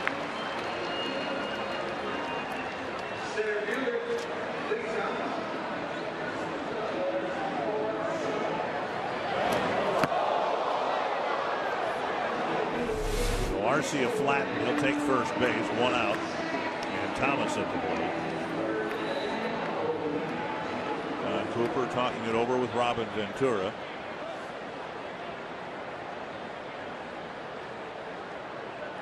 Slow breaking ball. Bends over. Strike one. Talked to Aaron Hicks today. He said his hamstring feels much better. He's taking swing from the right side of the plate only. He hasn't even tried to take a swing from the left side of the plate.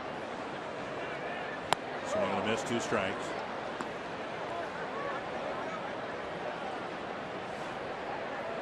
And manager Ron Gardenhire said yesterday, what was probably pretty obvious anyway, that Hicks will need a rehab assignment of some sort. Thomas gets a piece to stay alive. Well, I think I mentioned Dick yesterday. It made sense. You know, I mean, here you don't play for 2 weeks. You know, you can't really test your hamstring until you go down and play some games. And they're not going to throw him in a game right here. They used to go down rehab, make sure everything's fine. You would think 2 or 3 games on a rehab might be enough to play and run the bases a little bit. Make sure that there's no lingering problem. Twins have a great staff, training staff, and you know, along with Perry Castellano, they will run him through all the drills before he goes down to make sure that he's ready to go down. Dave Prumer, the lead trainer, you can imagine as the Twins get ready to leave after tomorrow's game, Hicks will be left back here at Target Field. That kicks away from Flowers. And Arcia will go to second base on a check swing. Flowers saw it deflect off him and go to the backstop.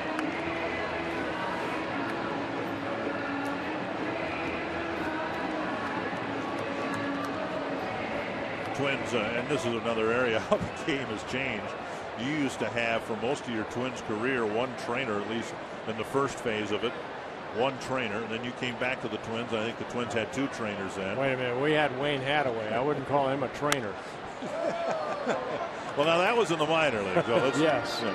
Well, we had Doc Lentz when I first came up, the only trainer, and then Dick Martin joined him, I believe, in the mid-70s. Right, and then Martin, and then he had an assistant, I think, by the.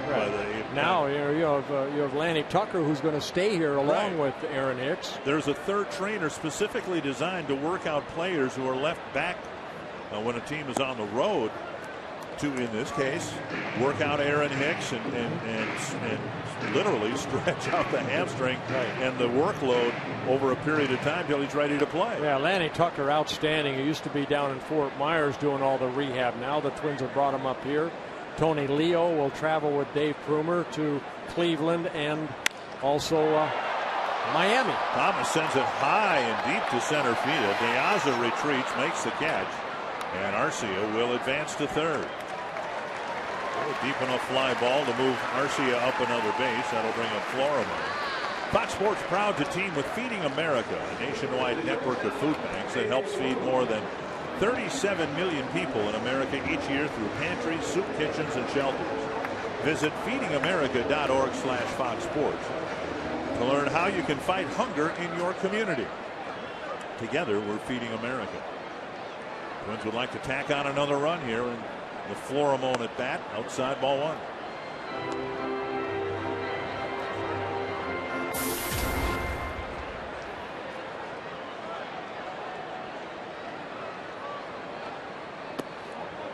And Florimon takes a breaking pitch inside. Florimon with a couple of ground ball outs, one to first baseman Konerko, the other one to shortstop Ramirez.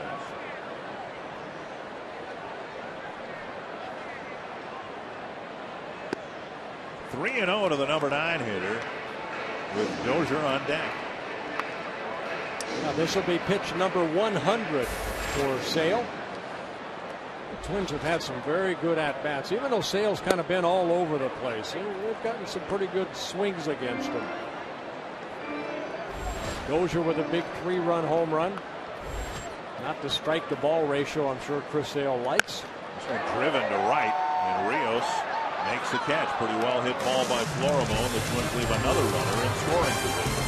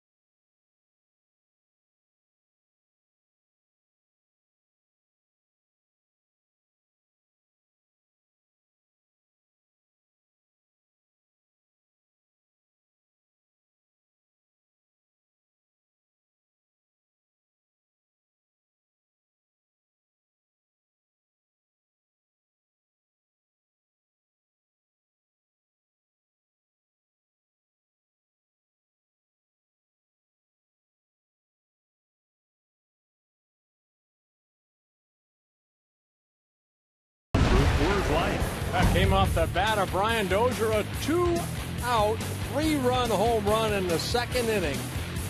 Off of Chris Sale, gave the Twins a 3-1 lead.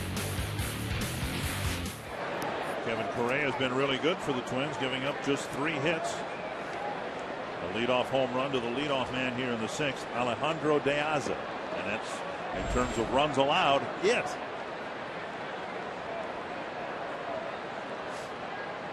And the other 2 hits he gave up have come with 2 outs. Yeah.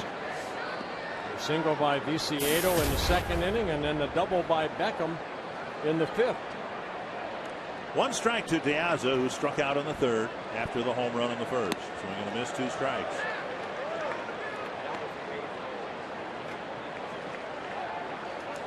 Correa looking for his first win in the month of June.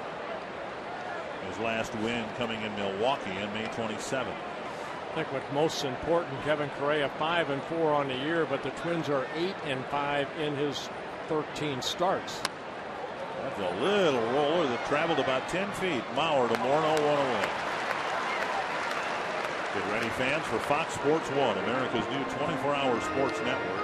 Fox Sports 1 will be your home for great live sports, all the news and highlights you like, shows and specials that only Fox could bring you. America's new sports network, Fox Sports 1, coming August 17th. I want to pass along the sad news that the great Twins fan and a great author, Vince Flynn, passed away today. Been battling prostate cancer for the last couple of years.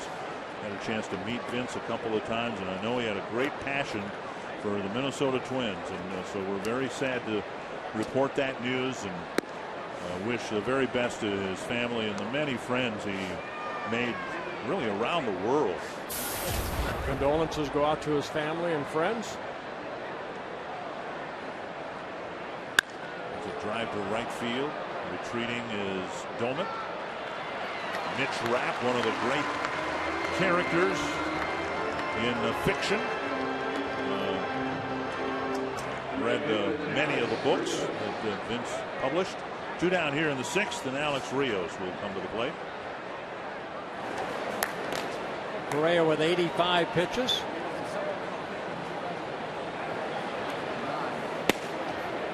Heath warming up. He warmed up about this time yesterday. Never did get in the game. Here's Rios. A liner to center and a fly to right. Strike 1.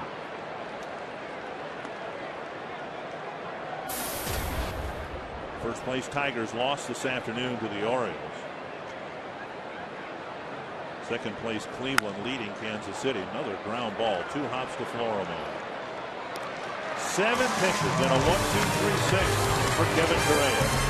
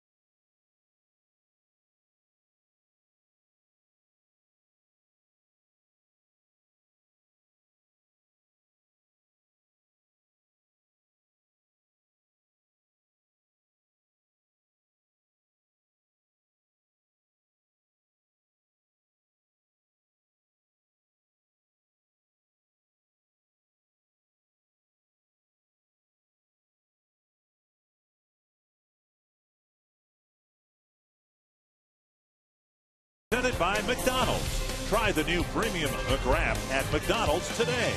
I'm loving it. And by Toyota. Let's go places.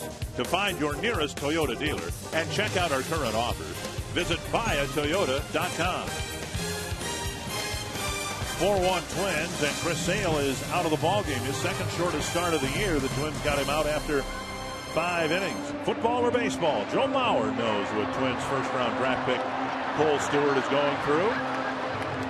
Mauer reminisces on his decision to play baseball instead of football at Florida State, as Tyler Mason reports on FoxSportsNorth.com.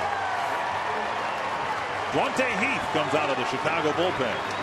Yeah, for Heath, this is his 3rd stint with the Chicago White Sox this year. Back in 2010, he was released by the Atlanta Braves and signed with the White Sox organization.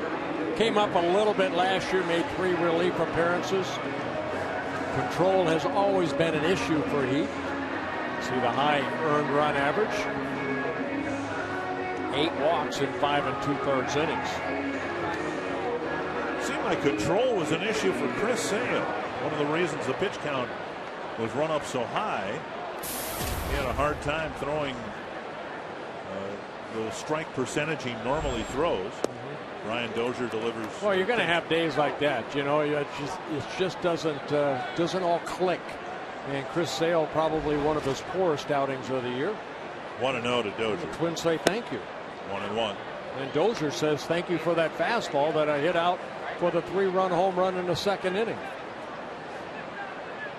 Dozier inserted as the leadoff hitter because against lefties he has an on-base percentage of .372. And against one of the nastiest lefties in the game, he reached twice. He was hit by a pitch, but then he clubbed a big 3-run home run. 2-1 now from Heath, leading off the 6th inning. Dozier hoping to get aboard. 3-1.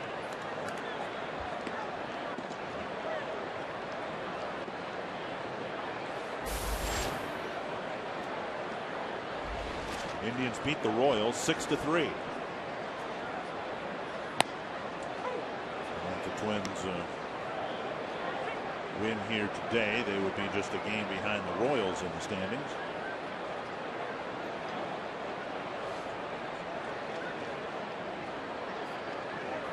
And ball 4, Dozier takes a walk. That will bring up Mauer. Well, I just showed you the graphic on Heath. That's 9 walks now in 5 2/3 innings. That's not good. I like what Tom Kelly says. That is unacceptable. Throw the ball over the plate. Trust your stuff. He's pitching well down in AAA, but sometimes up here, just a little different.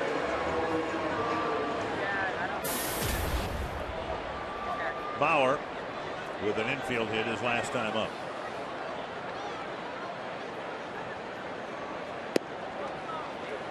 Off-speed pitch missing the outside corner. I asked Joe yesterday, asked him today about the home run yesterday. Came in the first inning and he drove it hard to left field. Got the Twins going in the right direction.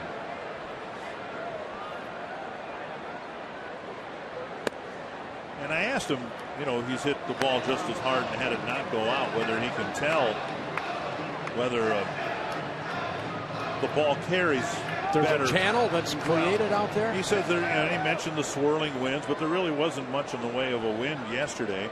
Dylan Axelrod victimized by Mauer's home run.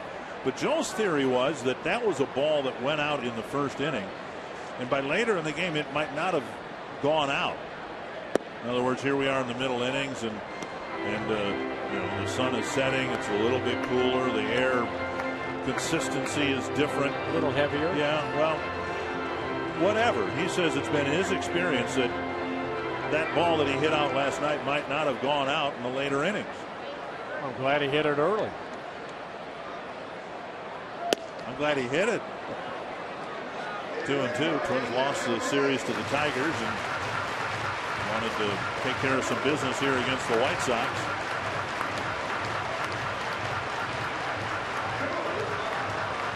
Another home run tonight for the Twins, not Mauer, but Dozier, the 58th home run for the Twins this year.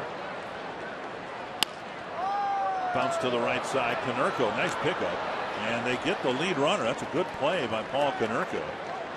Getting the lead runner for the first out. It's how that play was made right there. He charged the ball. He didn't want to wait and get that big hop. He kind of went up right here. Watch him take a couple steps up. Get the little short hop. Make a good throw over to shortstop. Ramirez covering. Make sure you get one. And a no relay throw. Ryan Doumit, the batter. Pair of hits again tonight. Now hitting as a left-handed batter.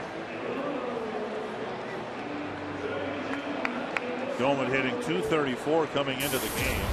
.233 as a right-handed batter. .234 as a left-handed batter.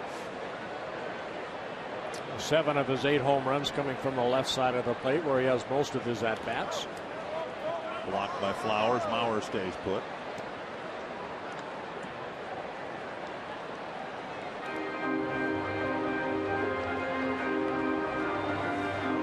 Don't know that there were many people envisioning that on June 19th the Twins' third-place hitter would be Ryan Doumit. Mauer moved up to second place. Willingham is hit there. Some might have thought Morneau would hit there. That one kicks away, and Mauer will advance. Flowers' throw not nearly in time. So another wild pitch. And another runner in scoring position. The Twins leading 4-1, but they have left 8 men on base, and 6 of those in scoring position. Yeah, Heath with his first wild pitch of the year. Just making his 5th relief appearance. Remember last night's ball game, how many times did Flowers have to do that? That ball hit his chest protector and ricocheted to his left.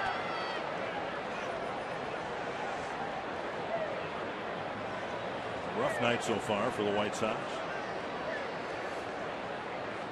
2-0 to Doman. Inside 3-0.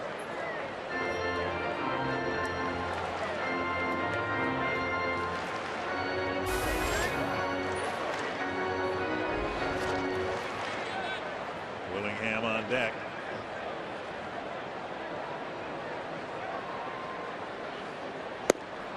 Fastball on the outside corner.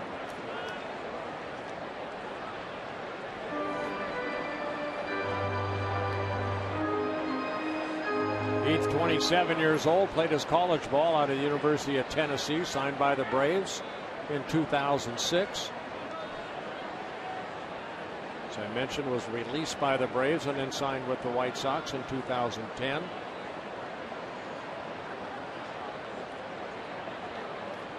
Three and one to Ryan Doman. Fooled him with a breaking ball. A weak swing for strike two. Yeah, Doman definitely looking fastball right there and got the breaking ball down and in.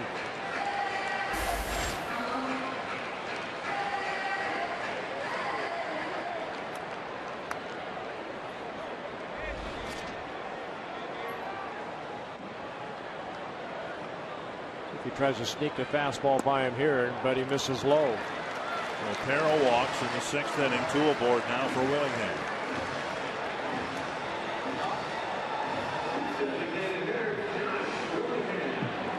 Willingham chipped a single into right field with 1 out in the 3rd and scored on Plouffe's single.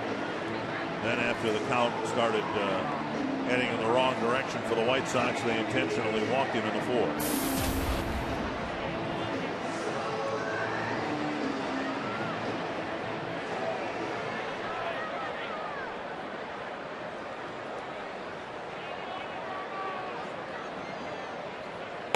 Fastball at the knees, a strike. Twins need to keep tacking on runs. They left the bases full without scoring in the 4th. Worked Arcia to 3rd base but didn't score in the 5th. Now 1st and 2nd, 1 out in the 6th. Line to left, and that's down for a hit. Mauer will round 3rd. He'll be waved in. Willingham will deliver a hit, but being tagged out at 3rd base is Ryan Doman. Out number 2 at 3rd base, with Mauer scoring from 2nd base.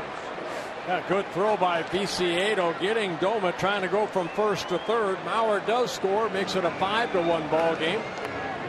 Willingham picking up his 2nd hit, driving in his 32nd run. Viciedo playing that 1st hop, and then a 1-hop throw to Gillespie. Gillespie right there, getting that 1-hop and tagging out Doman for the 2nd out. Morneau at the plate with Willingham at 1st. Up and away, ball 1. Frustrating run for the White Sox to give up, because all that's really happened here is a base hit by Willingham, but it came after a pair of walks. I was going to say the walks. Yeah. The walks. Ooh, my. Watch out. Everybody all right down there? There are people down there we know. More importantly, are the cameras okay? Might have hit the railing right there. Ooh. Looks like everybody's all right. 1-1 to Justin Morneau. 2-1. Twins took a lead in the 2nd on Dozier's 3-run homer, an add-on run on the 3rd. Another one so far here in the 6th.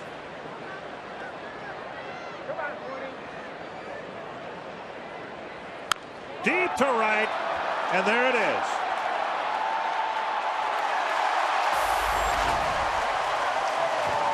Morneau's first home run since April 28th.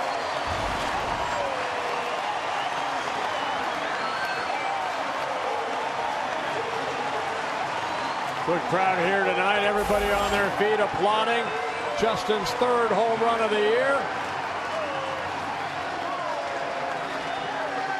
Got a breaking ball up. Nobody congratulating him. Getting a silent treatment.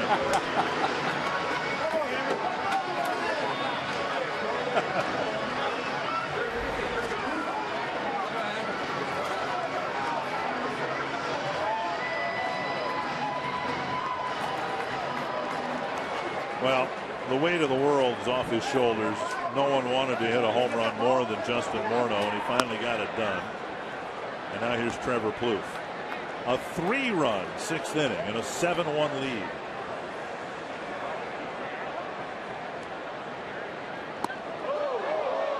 Two and 0 with Plouffe being spun around. Yeah, there's a slider right there that missed.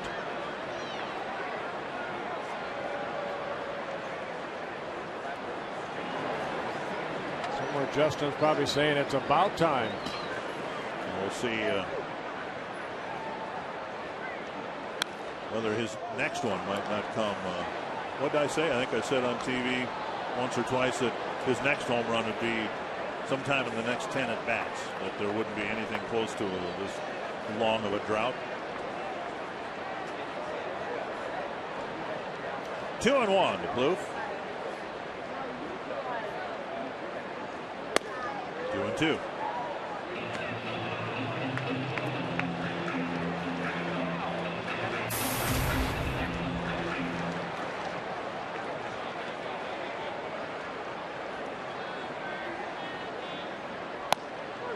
Called third strike at the knees. And the inning ends. 2 batters retired. A runner thrown out at third. 3 runs for the Twins. 2 of them on a Morneau home run.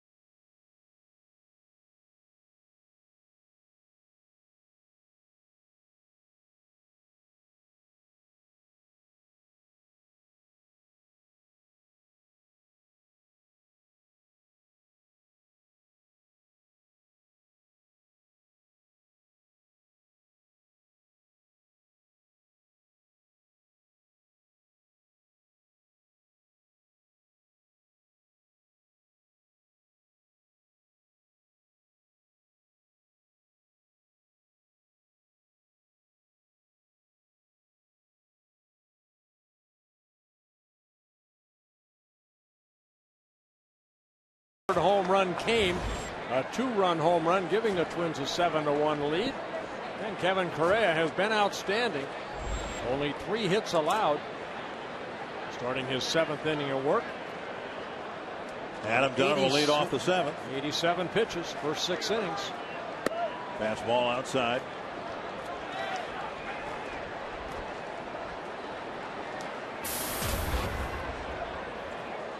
Dunn 0 for 2, has not gotten the ball out of the infield yet. Hit a towering pop-up to Dozier in the first inning, and then bounced out to Morneau in the 4th.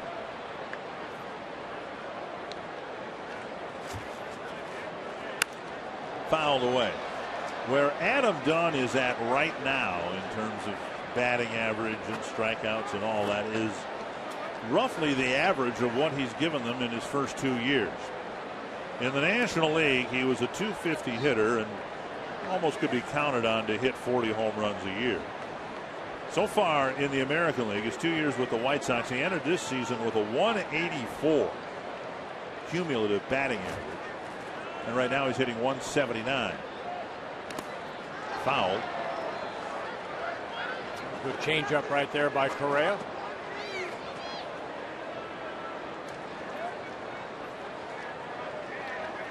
So the batting average, which was okay in the National League, has been anything but since he came over to the White Sox. 2-2.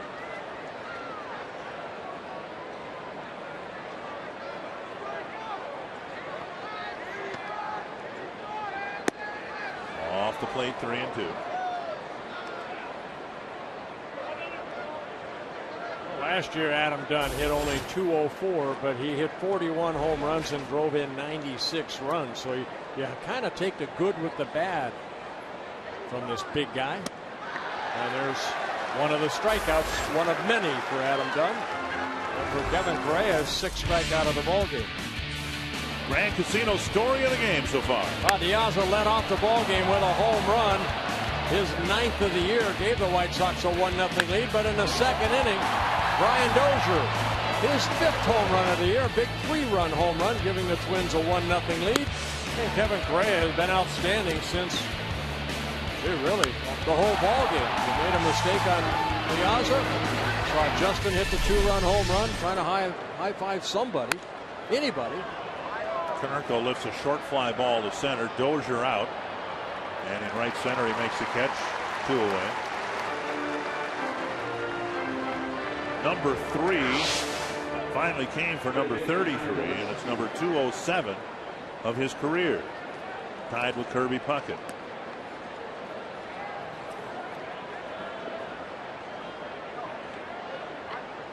And then you have Misters Allison, Oliva, Herbeck, and Killebrew.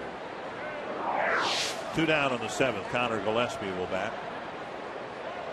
95th pitch of the night for Correa. Ball 1. It's a 9th time in 14 starts for Kevin Correa. He's worked at least into the 7th inning.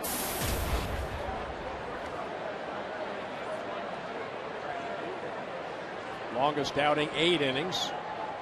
Came in late April when the Twins shut out the Texas Rangers 5-0. Worked 8 shutout innings.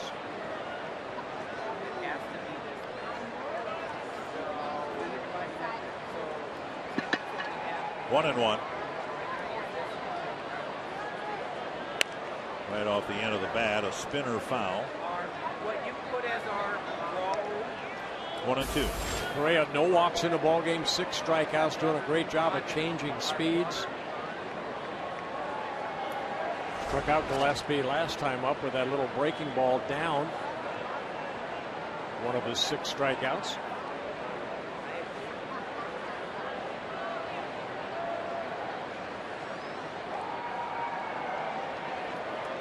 One and 2 to Gillespie.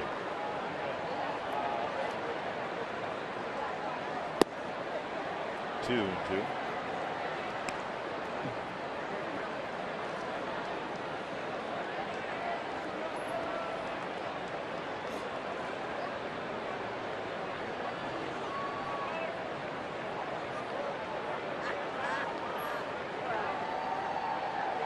Back to the fastball away. And he missed. Full count.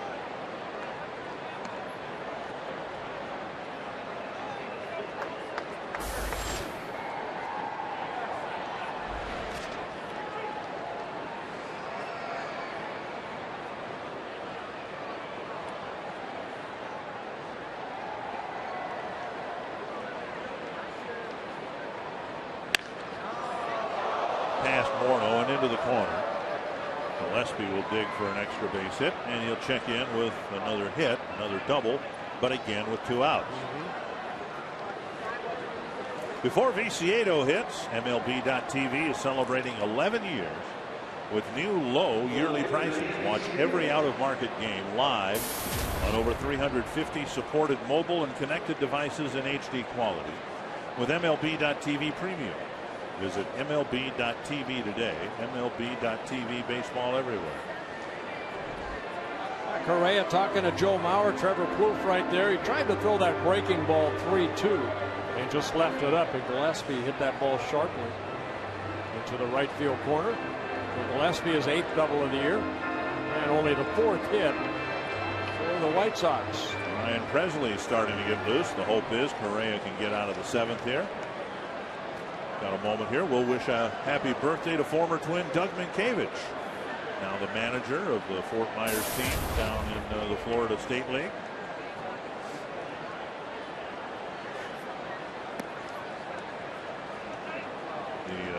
I saw that note. What is he, 39? 39 again. Might be the first time for him. Well, managing. It probably feels like 50. 1-0. Even though he's doing a great job down there in Fort Myers. Had to see Miguel Sano, Eddie Rosario leave the team, but is perhaps anticipating Byron Buxton will arrive in Fort Myers before too long. Buxton just played in the Midwest League All-Star game, still in Cedar Rapids. Yeah, Fort Myers coming into today's play 45-21. First in the Florida State League South Division. 2-1.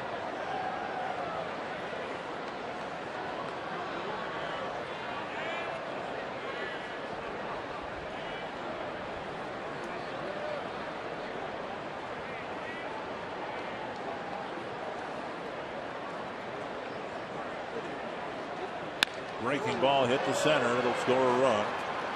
Gillespie turns around and comes in. And the White Sox get a couple of 2-out hits to get a run on the board. And Correa having a tough time getting the 21st out. Yeah, he got that breaking ball up again. And Viciedo picks up his second hit of the ball game, driving in his 19th run.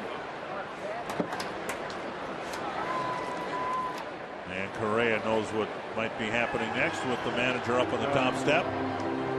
He would have liked to have finished 7 strong innings, but he did a great job. 6 2/3 innings as Ron Gardenhire is coming out.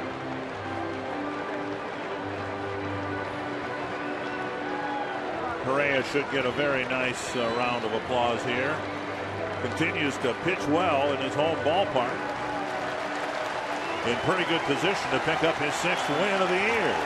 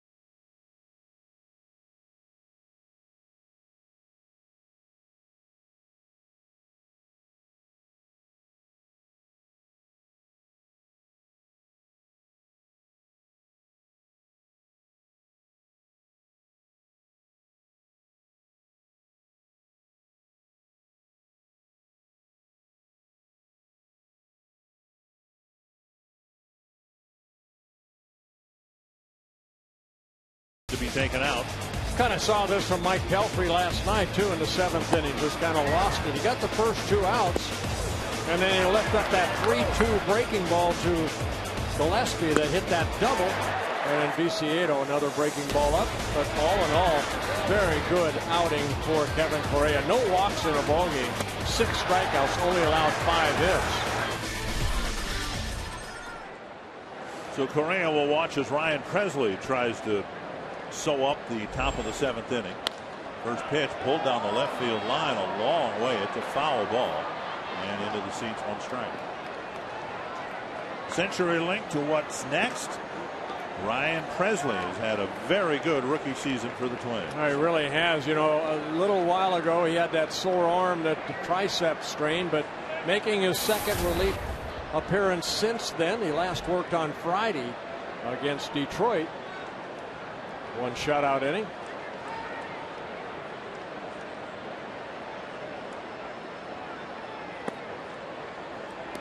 One and one.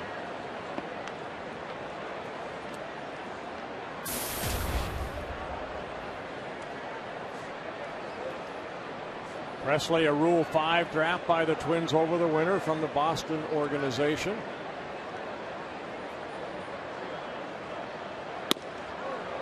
Made up Beckham with that fastball, 1-2.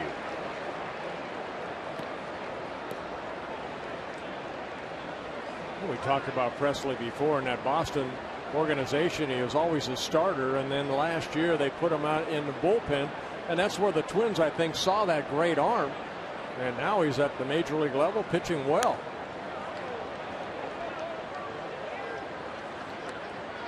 And he's just part of a very good bullpen for the Minnesota Twins. In the American League, only the Kansas City Royals have a lower combined ERA. Twins at 2.84.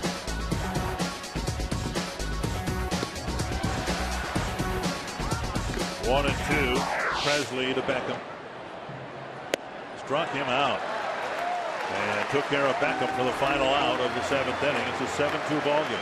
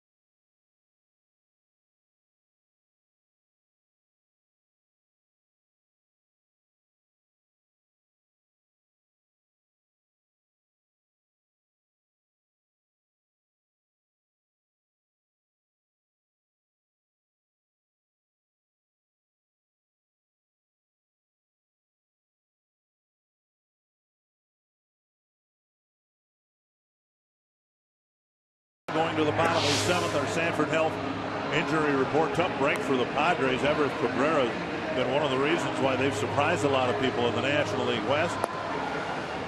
Trevor Cahill took a line drive off his right hip.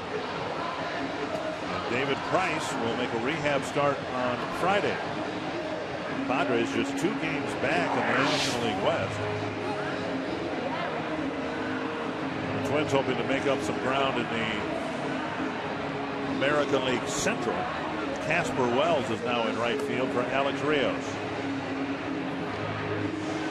Well, you look at that National League West. I mean, the Dodgers are 10 games under 500, but they're only 7.5 back behind the Arizona Diamondbacks. Think over the winter, all the money that was spent in Southern California. The Dodgers spent a lot. The Angels spent a lot. And as we begin play here tonight, the Angels are 9 games below 500. The Dodgers are 10 games below 500. Oswaldo Arcia will lead off the 7th inning for the Twins. Hit in the shoulder by a pitch his last time up, and he takes ball 1.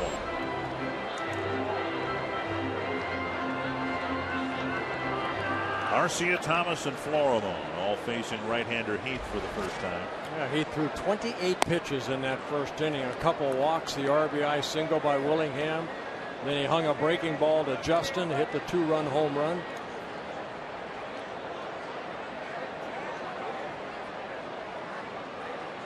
Swing and a miss, and Arcia tried to club one about 100 feet farther than Morneau hit his.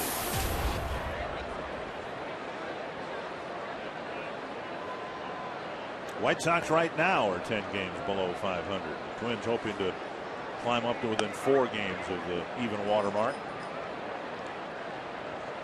And an opportunity to do that. You'd like to play the teams ahead of you in the standings when you go out on the road. The Twins will have that opportunity. The Indians will be ahead of the Twins regardless of what happens tonight or tomorrow.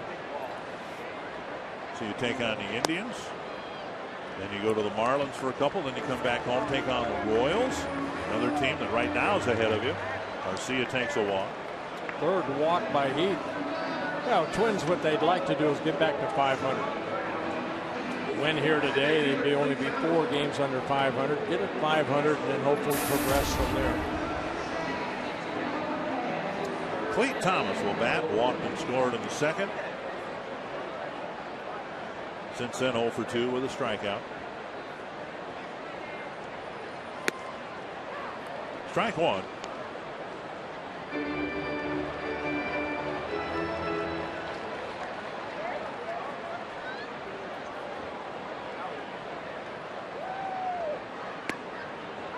Day game after a night game tomorrow, but I'll be interested to see what the lineup looks like.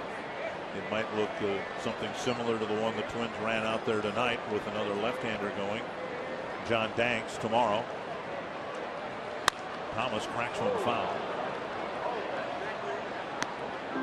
Brian Dozier was moved into the leadoff spot because he has a lot of success getting on base against lefties, much less so against righties. But Dozier ended up having the most critical at bat of this game so far, his 3-run home run in the second inning. Yeah, John Danks will just be making his 6th start of the year, coming off that shoulder surgery he had last year, and he'll be facing another lefty for the Twins, Scott Diamond. Thomas waits, lifts a foul over the screen.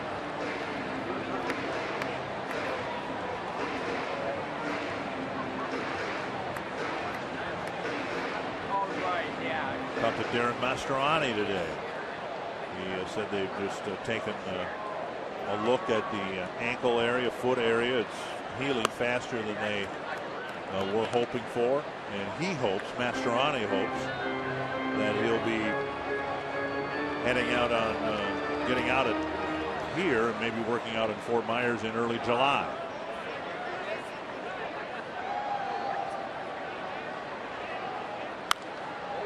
Popped up, back and out of play.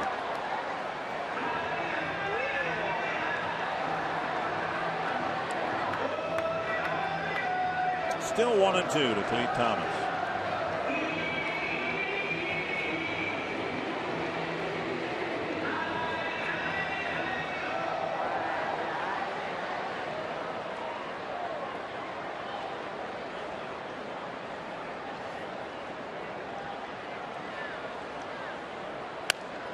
Get to the shortstop. 6-4-3 double play, 2 down. And that'll bring up Pedro Florimo.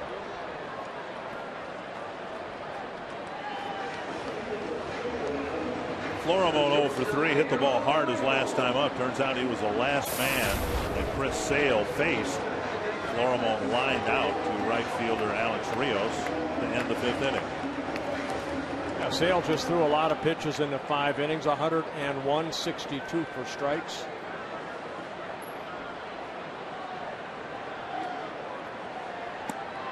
Ball 1.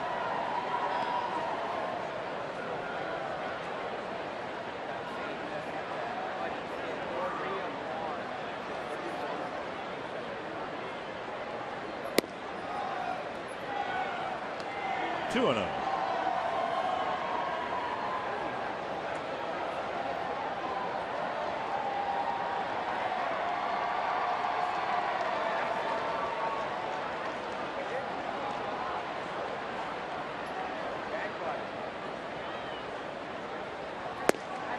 Swing and a miss, 2-1.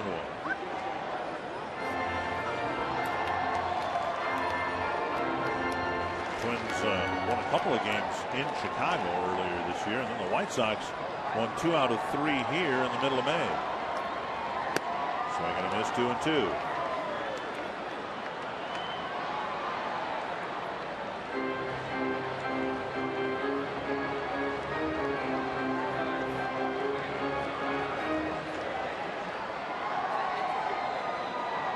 Sox missing a couple key starters. Gavin Floyd out with the surgery of the elbow, and then Jake Peavy.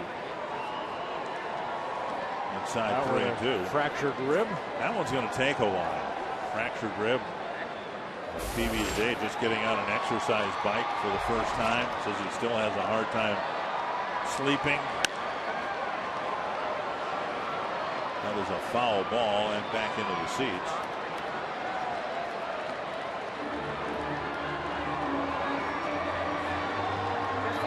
Heath gave up 3 earned runs in the 6th. Hoping to wrap up business here in the 7th. Well, I think this is one of these outings for Heath is, hopefully get out of here and then maybe one more.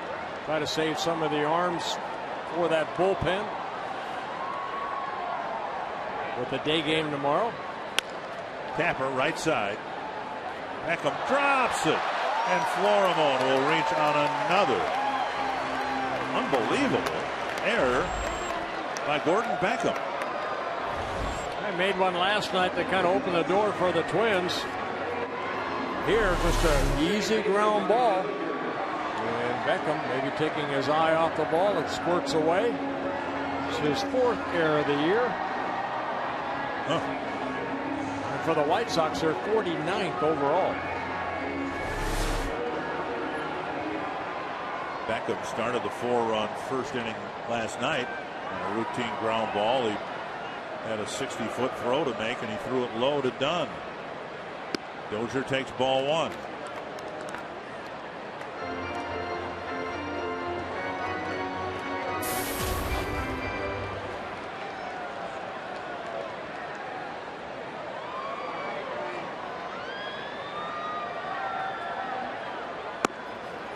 Two and 0.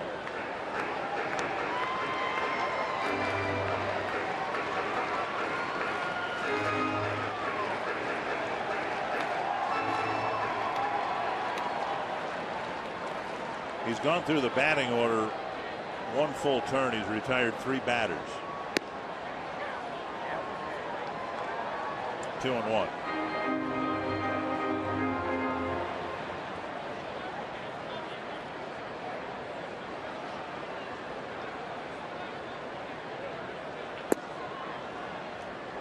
Power on deck. Dozier up there with a 3-1 count. Dozier was the first man Heath faced in the 6th. And he ended up walking him. Yeah, Heath 50 pitches, 25 strikes. 3 and 2. And with 2 gone, Florimon will leave early.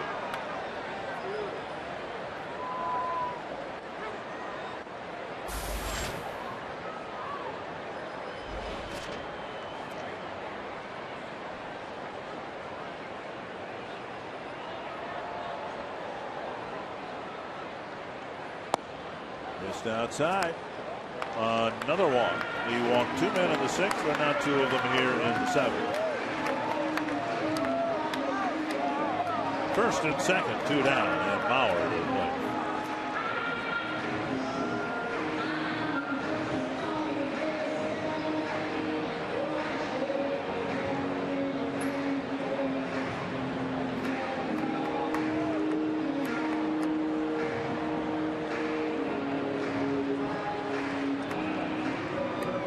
Blaze are going to try to break up this meeting on the mound.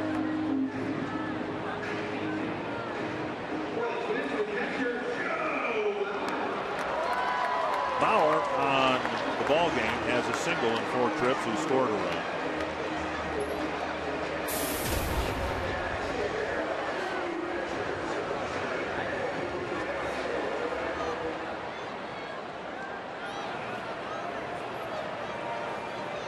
Troncoso warming up again. Ground ball to short. And Ramirez flips to second. That ends the inning. The Twins don't score. Hopefully they won't need to.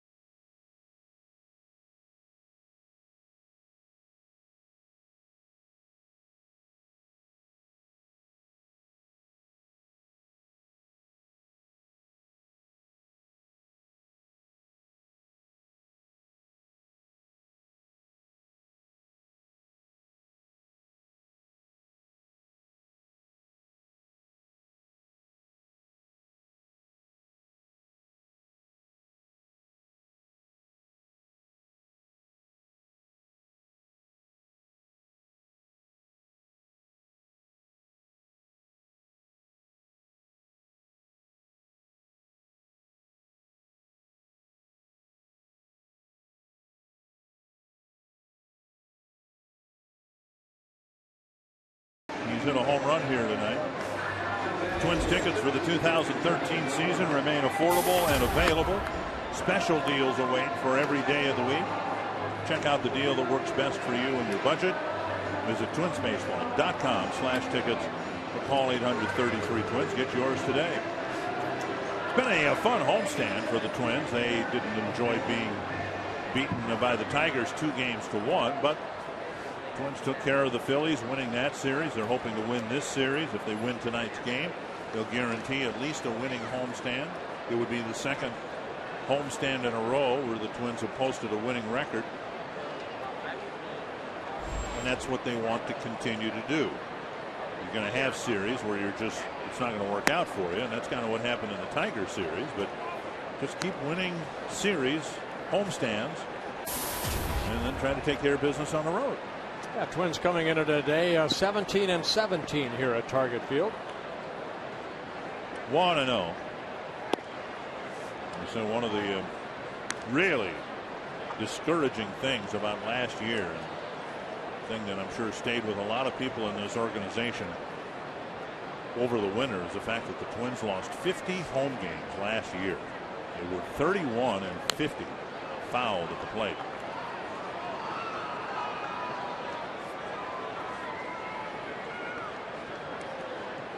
Gardy's talked about it.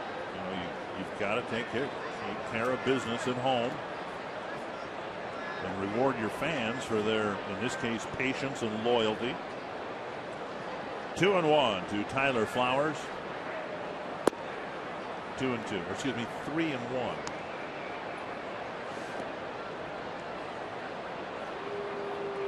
De Aza will hit next. Presley got the final out in the 7th inning by striking out Beckham.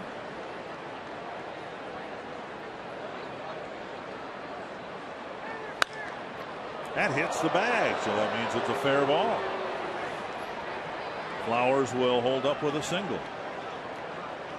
So a hard smash off the third base bag, a leadoff single in the 8th inning. Easy for the umpire to call whether that's fair or foul when it hits off the bag. Ball caromed into foul territory. Poof had to run and get it and keep Flowers. This ball stays down the line. It's probably an extra base hit. Hit the corner of the bag and deflected into foul territory. Dunya, that ball hit Jim Joyce in its crosshairs. Jim Joyce is lucky that ball hit the bag. De Aza, the batter.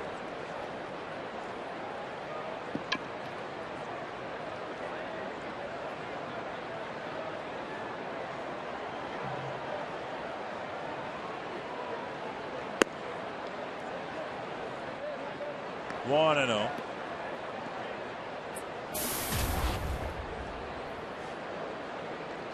The case of Presley, he did have a bit of a shoulder issue. The Twins shut him down, put him on a shoulder strengthening program that he'd kind of neglected, and then showed up at the ballpark sick one day. So for him, it's got to feel good just to get back out on the mound again.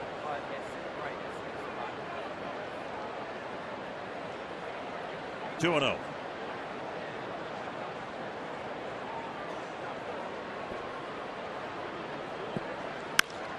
To left, retreating is Arcia. Makes the catch one away.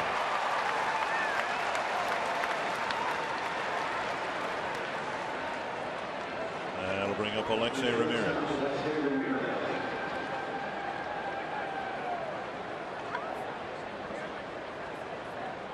We're talking to the youngster Presley right there. Presley's done a great job of keeping the ball in the ballpark too. No home runs allowed. This is his 22nd relief appearance.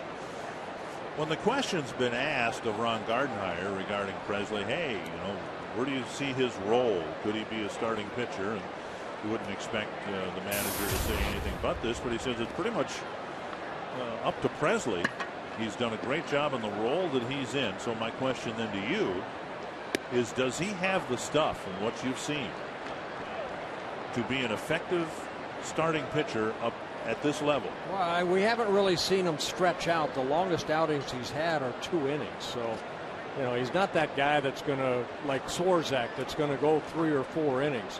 If you can get 2 innings out of Presley, I look at Presley as a Jesse Crain, that type of reliever. Right now, that wouldn't be too bad. That's very good. 1-1. You know, a guy that can come in and if the starter only goes 5, can pitch a 6 in the 7th, get to Burton and then Perkins in that situation. That's a fair ball by Plouffe. Flowers rounds second, goes to third, and Ramirez goes to second with a double. So second and third, 1 out. And Casper Wells will hit. A couple balls, one by Flowers, one by Ramirez, right down that third baseline. Flowers hit the bag, and this one stayed fair underneath that glove. High fastball right there, and Ramirez opens up. Plouffe can't get to it. Garcia has to get it in the corner, get it back in. Rick Anderson out to the mound to talk to Presley.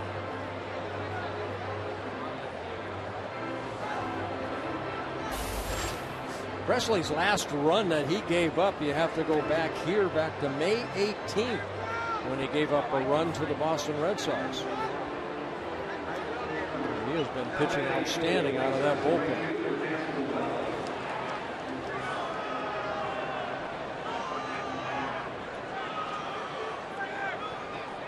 Coming out of spring training, Casper Wells was with the Seattle Mariners.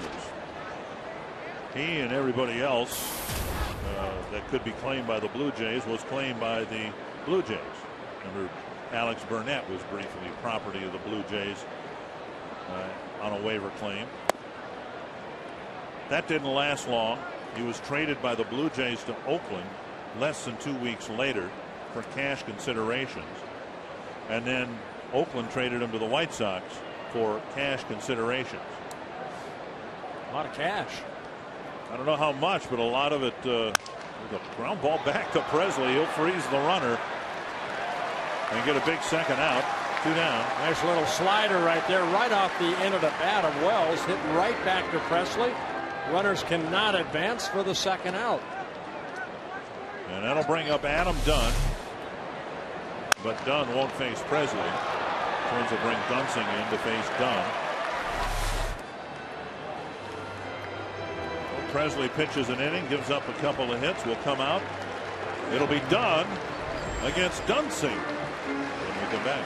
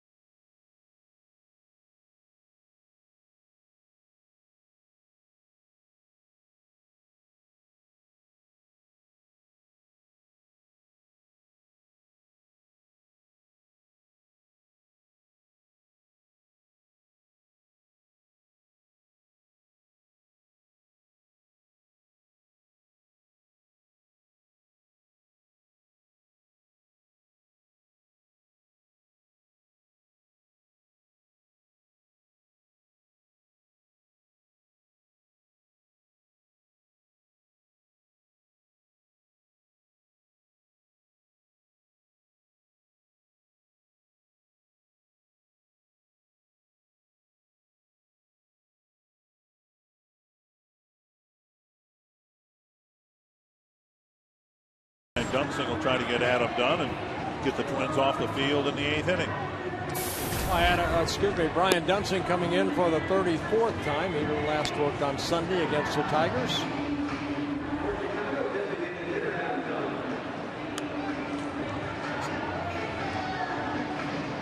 Dunsing will try to get Dunn, who is 0 for 3. Dunn had a really great series here in May, and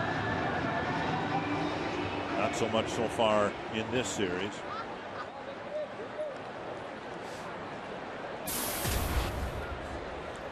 Couple of hits, couple of strikeouts.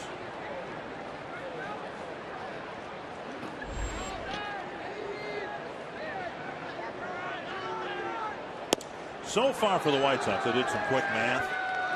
Adam Dunn has had 1,189 at-bats for the White Sox. He has struck out 484 times. Almost half his at-bats have ended up in a strikeout. And he found a hole here. He'll drive in 2 runs. Dunn just stuck the bat out and rolled one through the shift. And now suddenly it's a 7-4 ball game. The runs that score are Ryan Presley's runs. Breaking ball that stayed up, and Dunn just reached out. You see where Florimon is, and Dozier way out in right field. Enough heightened anxiety for the Twins to make another pitching change with Konerko coming up. And the White Sox crawling within range. A run in the 7th, 2 in the 8th, and it's 7-4.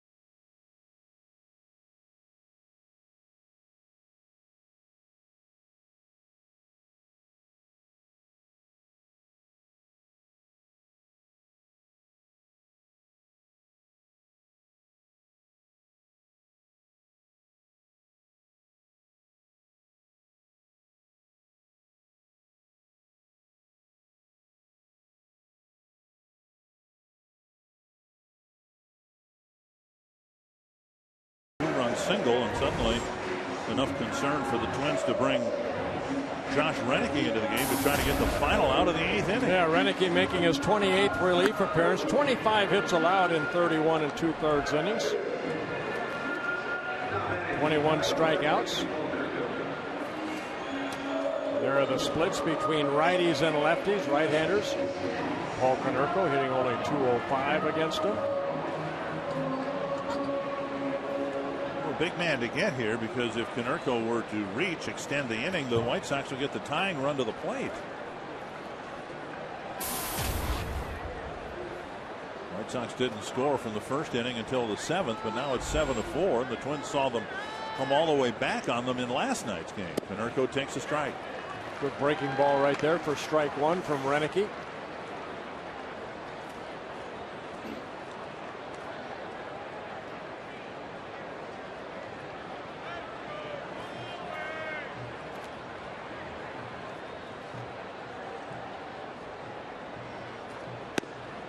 Over the inside corner, 0-2.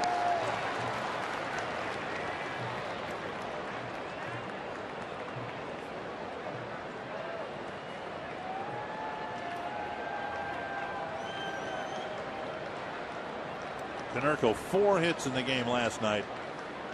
Hitless so far tonight.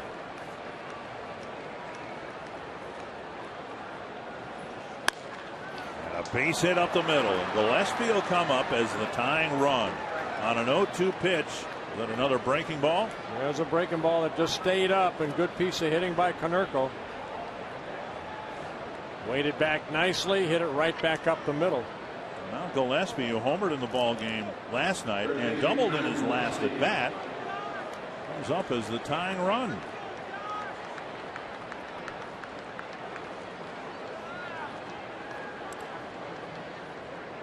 Gillespie with a fly to left, a strikeout, and the double and the run scored. Remember, the double came with 2 outs in the inning. And it looked like Kevin Correa was going to get through 7 innings complete, but a couple of 2-out hits in the 7th gets a run, and now a pop up behind third. And in foul ground, Gillespie ends the inning. Plouffe with the catch. The White Sox get 2 but leave 2.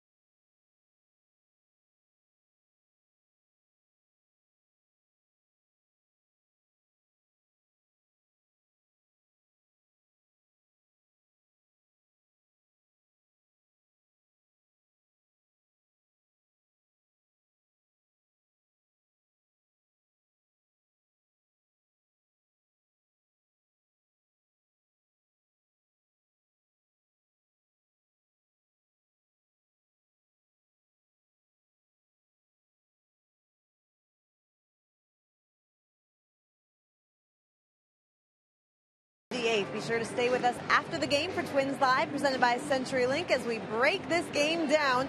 We've talked a lot about tonight's pitching matchup, but Kevin Correa out-dueled Chris Sale for sure. And with Sale out in the 6th, Justin Morneau was able to break out with his 207th career home run. We'll have all of that and, of course, hear from Ron Gardenhire after the game. Dick and Bert, I can only imagine Gardy would be pleased with the way his team has put everything together tonight. I would think so, Jamie. He might be really thrilled if they could score another run here in the bottom of the 8th. That would keep Glenn Perkins likely out of the game. And the Twins saw a lot of Ramon Troncoso last night. They'll get another look here in the 8th inning. Yeah, Troncoso last night, an inning in the 3rd, gave up a couple hits, a couple runs with a walk through 28 pitches, 16 for strikes.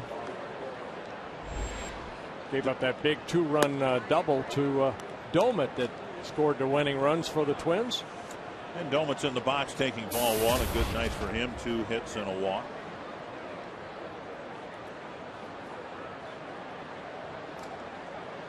Troncoso used last night because the White Sox bullpen pretty much tapped out, including Jesse Crain in the Houston series.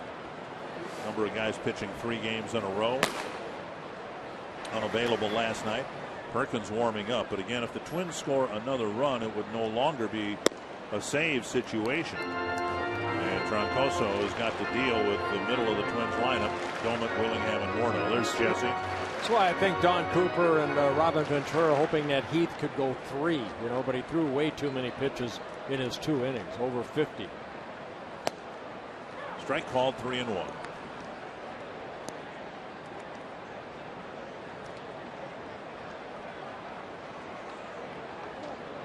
White Sox have made a game of it after trailing 7-1.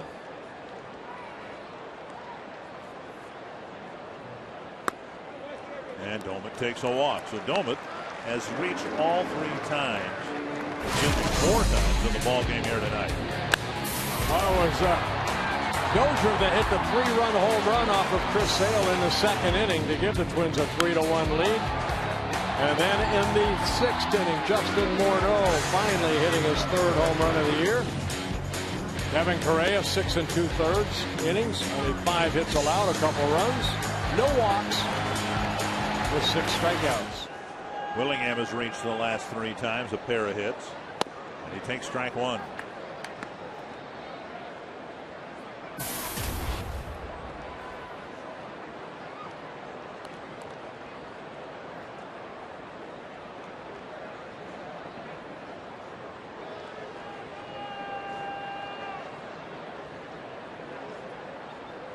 Inside a ball, 1-1.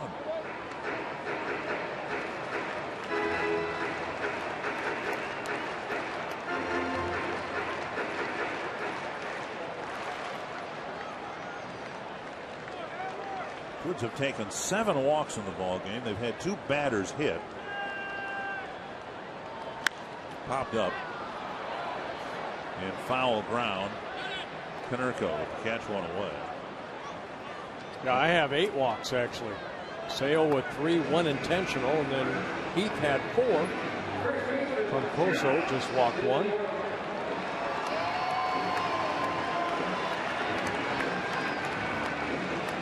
Too many walks for a pitching staff. I'm checking. I only had Sale with 2 walks. Here's Morneau. He homered his last time up. Ding, ding, ding, ding. You are correct. Is that right? I was going off the board. They said 3. Morneau homered to right. Also had a single earlier in the game. Never believing the board again. Well, beyond that, every once in a while, you ought to be able to believe me. You know, regardless. No. 1 strike to Morneau. Popped up, backing out of play.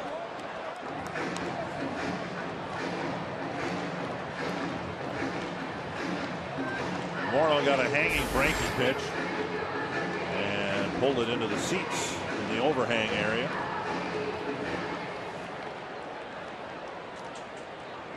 All 3 home runs for Justin have been hit here at Target Field.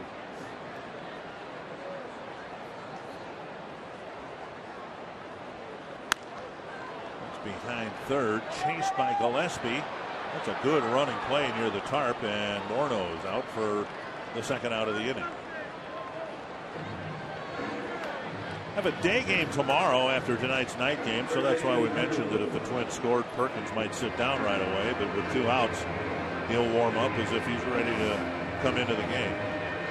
Here's our final results of our AT&T Twitter poll. Which AL division leader's the best team right now? I don't know if I'd cast my vote for the Tigers right now. I might vote for the Oakland A's. Oakland's playing good baseball. Yes, they are. To short right center field. Casper Wells comes in, makes the catch. And Troncoso ends the 8th inning. It'll be Glenn Perkins trying to protect the 3-run lead when we come back.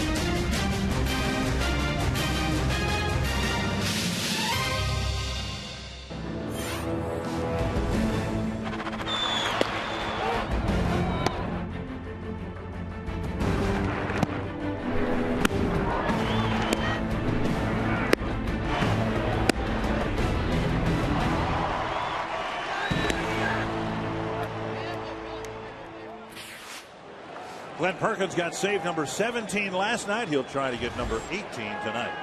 Yeah, 1-2-3 inning last night on 13 pitches. 10 first strikes with a couple strikeouts.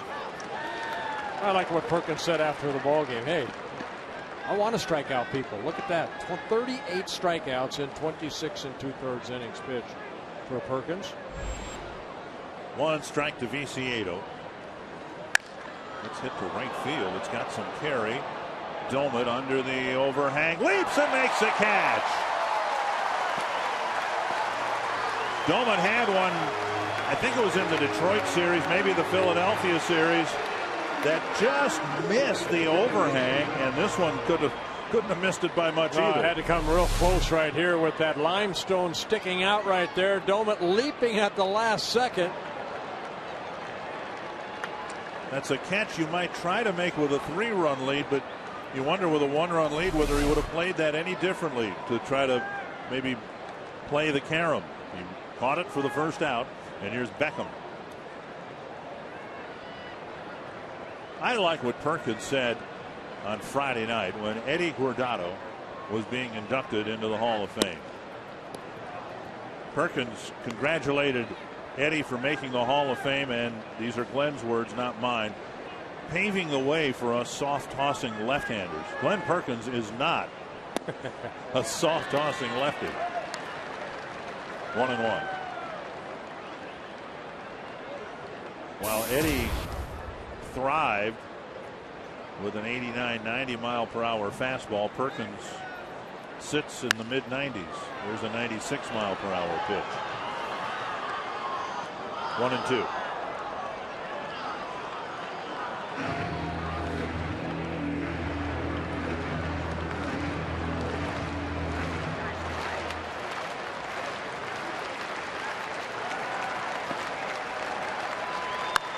All the way.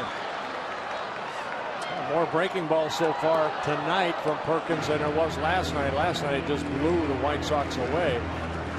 I think what you saw from Viciedo, they're sitting on that fastball, so they're trying to get that slider maybe down a little bit.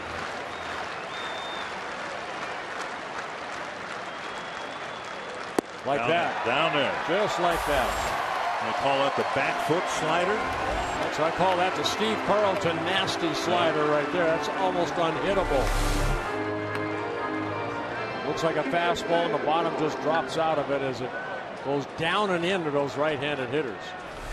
2 down, and now Tyler Flowers. Last hope for the White Sox.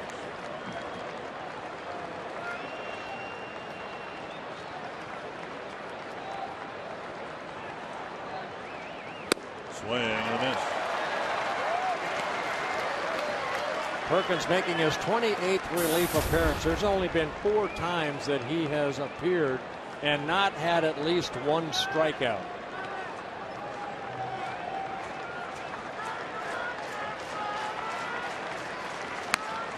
Hat foul off the roof of the Twins dugout. And the White Sox are down to their last strike. Perkins struck out Flowers for the second out in last night's ball game.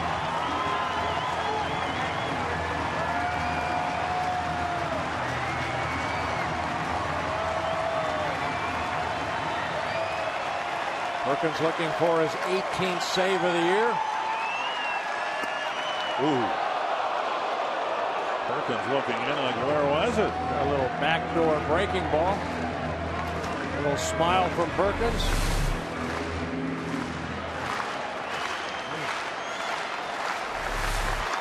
One and 2. There's strike 3. Glenn Perkins with his 18th save. The Twins have won this series. They've clinched the winning homestand. And they have now taken 5 of the 7 games from the White Sox. Oh, good job by Kevin Correa after giving that leadoff home run to Diaz. He settled down nicely. He picks up his 6th win of the year.